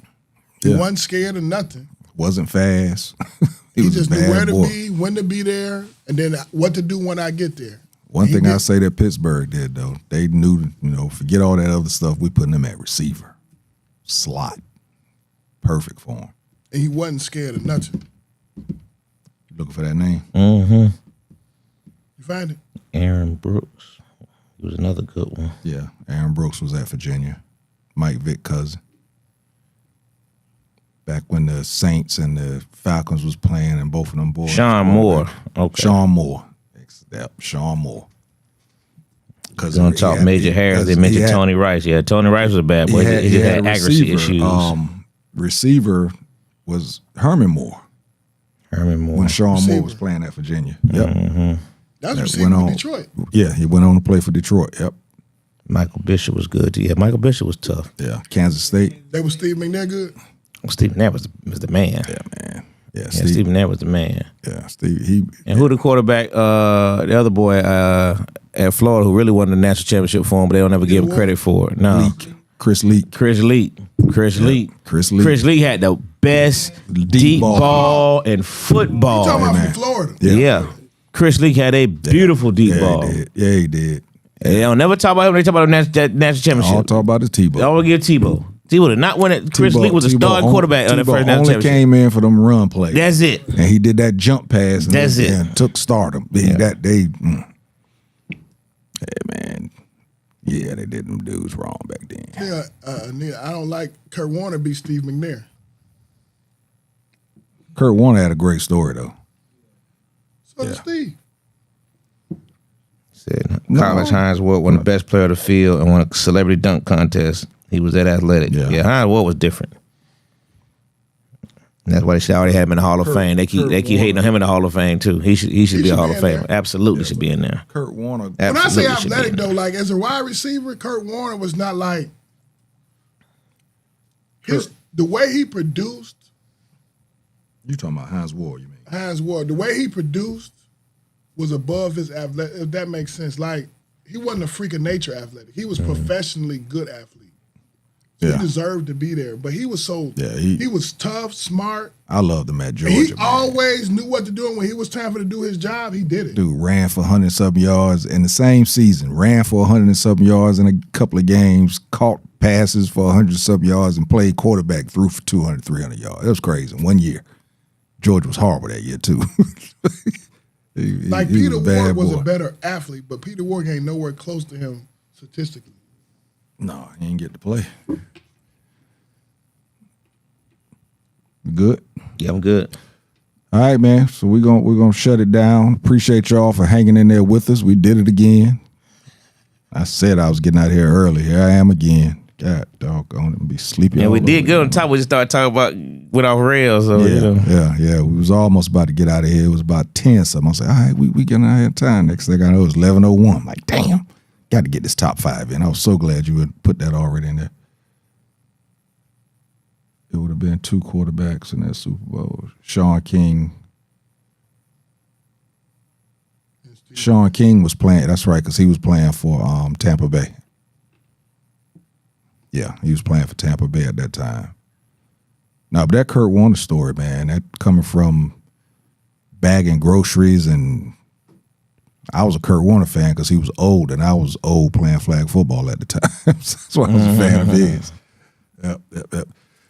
All right, man. It's the 100th anniversary of Black History Month. Huh? It's the 100th anniversary of Black History Month. 1926, Carter G. Woodson got us Negro History Week. Wow, I didn't know that. Yeah, so Some good stuff. And then lastly, Black History Month was designed for us to remember our past so that we can prepare ourselves for a future. Mic drop. I like what the NBA did yesterday with the Pioneer Classics. What that mean? Basically, they was giving homage to the first black players that came into the league. First one to actually get drafted, first one to sign a contract, and the first one to actually play in a basketball game. One of them, that was the first. That's what they did yesterday. They gave honor to that. I'll give it to the NBA. They know who their breadwinners are. They know who their breadwinners are. So they try and do stuff like that. NFL ain't doing nothing like that. Is Wemby African? Yeah, he's. No, but is he African? His mama, somebody African to him. I don't know about somebody that. Nigerian. I don't know about that. Check that out. But go ahead. All right, so yeah, man, great show. Topics, like I said, it was a classic conversation. Got classics, started going all over the place. We don't go in circles. We go different dots. What y'all in Macon this week? We naturally traditions tomorrow, Thursday open mic, Friday we got shows at both locations. Doing our first Funny First Fridays at Traditions Global Cuisine at 7:30. We're gonna do that once a month at Traditions on a Friday night, and then we're doing our Friday night show at KOD as well, the ATL host show, and then Saturday we are in Macon, and we at KOD as well. So yeah, busy week. Bo headlining in Macon. Bo is he's on the show. They co-headline. I don't know. We got three different comedians. He did a great job at KOD Saturday night though. Bo, man, he had us rolling in there, boy. Man, it was funny. And Bo had me rolling in here. Hey man, I promise. Which one is Bo? Bo Peep. He you walk around in coveralls. yeah. Boy, Is that the one from Tennessee? Yeah, he from Mississippi. Mississippi. Yeah. Mississippi. Extremely funny. Man, I when you said it last week, I was like, man, I might make a weekend of it and go to Macon. But then, of course, I found out that It's my holiday, Duke, Carolina, so you know. Yeah, I had to pull all my jerseys out. Yeah. Figure out if I'm gonna do fish or chicken, or if I'm gonna do sandwiches. But yeah, so I'm looking forward to Saturday. You got the Patriots. Looking forward. Yeah, got the Patriots. Who you got? Got the Patriots. Seattle. You got Dwayne? Seattle. I got the white owners. You won't lose. You know, there's only one person of color who on the team. What team is that? Huh? What'd you say? One team in the NFL is owned by a person of color. Jacksonville. By who? Oh, it's by that foreign dude. Somewhere across the water. Yeah, I'm about to say person. Somebody. Patel, one of the Patel type motherfuckers. Yeah. That's what I said, across the water. Well, How they let an Asian man buy a team, but they couldn't let a black man? I can't answer that question. You know he a Trump supporter. That wouldn't surprise me. Appreciate y'all tuning in. We're going to get going again, and I told you I wanted to be out of here already. We will be back next week. We'll have a recap of the Super Bowl. Of course, I'm going to talk about Duke. Frank wasn't on tonight, huh? Frank wasn't on tonight. He was looking at the game. That's what it was. He was looking at the game. I'll do a recap of Duke, Carolina, of course. And, yeah, that's going to do it for us, man. We will be back next week, 8:30-ish, as always. And we're going to do one of those topics that either the Cam one or what's the other one that you sent? About the husband, the committed man not getting full access. We're gonna do one of those next week. Can't do both of those at the same night. Because either one of those I think can take the whole night up. So that's gonna do it, man. Chris Lee, read this real quick. Chris Lee was so accurate, but ran up against my brother at Alabama, but was still that dude. That's his brother Roman Harper played Alabama. Oh, yeah. No, JT would have been two black quarterbacks in that Super Bowl. Sean King versus Steve McNair. I watched that game. They called a play that was never heard of. Wimby is French. Just saw nightcap. 40-plus earthquakes that has hit thus far. Great show. Pax, good night. Great show. Check on Frank. I want to see Cardi B celebrate. Angelo, check on Frank. Yeah, I her check on my boyfriend boy. plays for the Patriots. Patriots. She go with that. Stephon Diggs. Yeah, just had a baby. Diggs in there? Just had a baby. Yeah, a baby about. She had a baby with Diggs. Yes, Diggs be digging. He got babies everywhere. And what Charlton White said, she ain't never going back. He got that athlete. Yeah, Charlton White was stupid.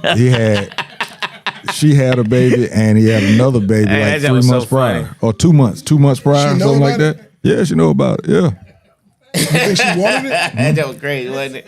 Well, I mean, I'm sure she knew that he had a baby on the way. So yeah. You know what I'm saying? She like cool with him having other women? Yeah, because I don't know about other women, but it is Cardi B, so probably do have other women with Cardi B, to be honest with you. But when he got with her, he already had somebody pregnant, so she had the baby right before Cardi B had hers. All right, y'all. Don't say nothing else. All right, that's all. Classic Conversations with Jae Tea Lo, and we out. You dig? Jeez. That's the last thing.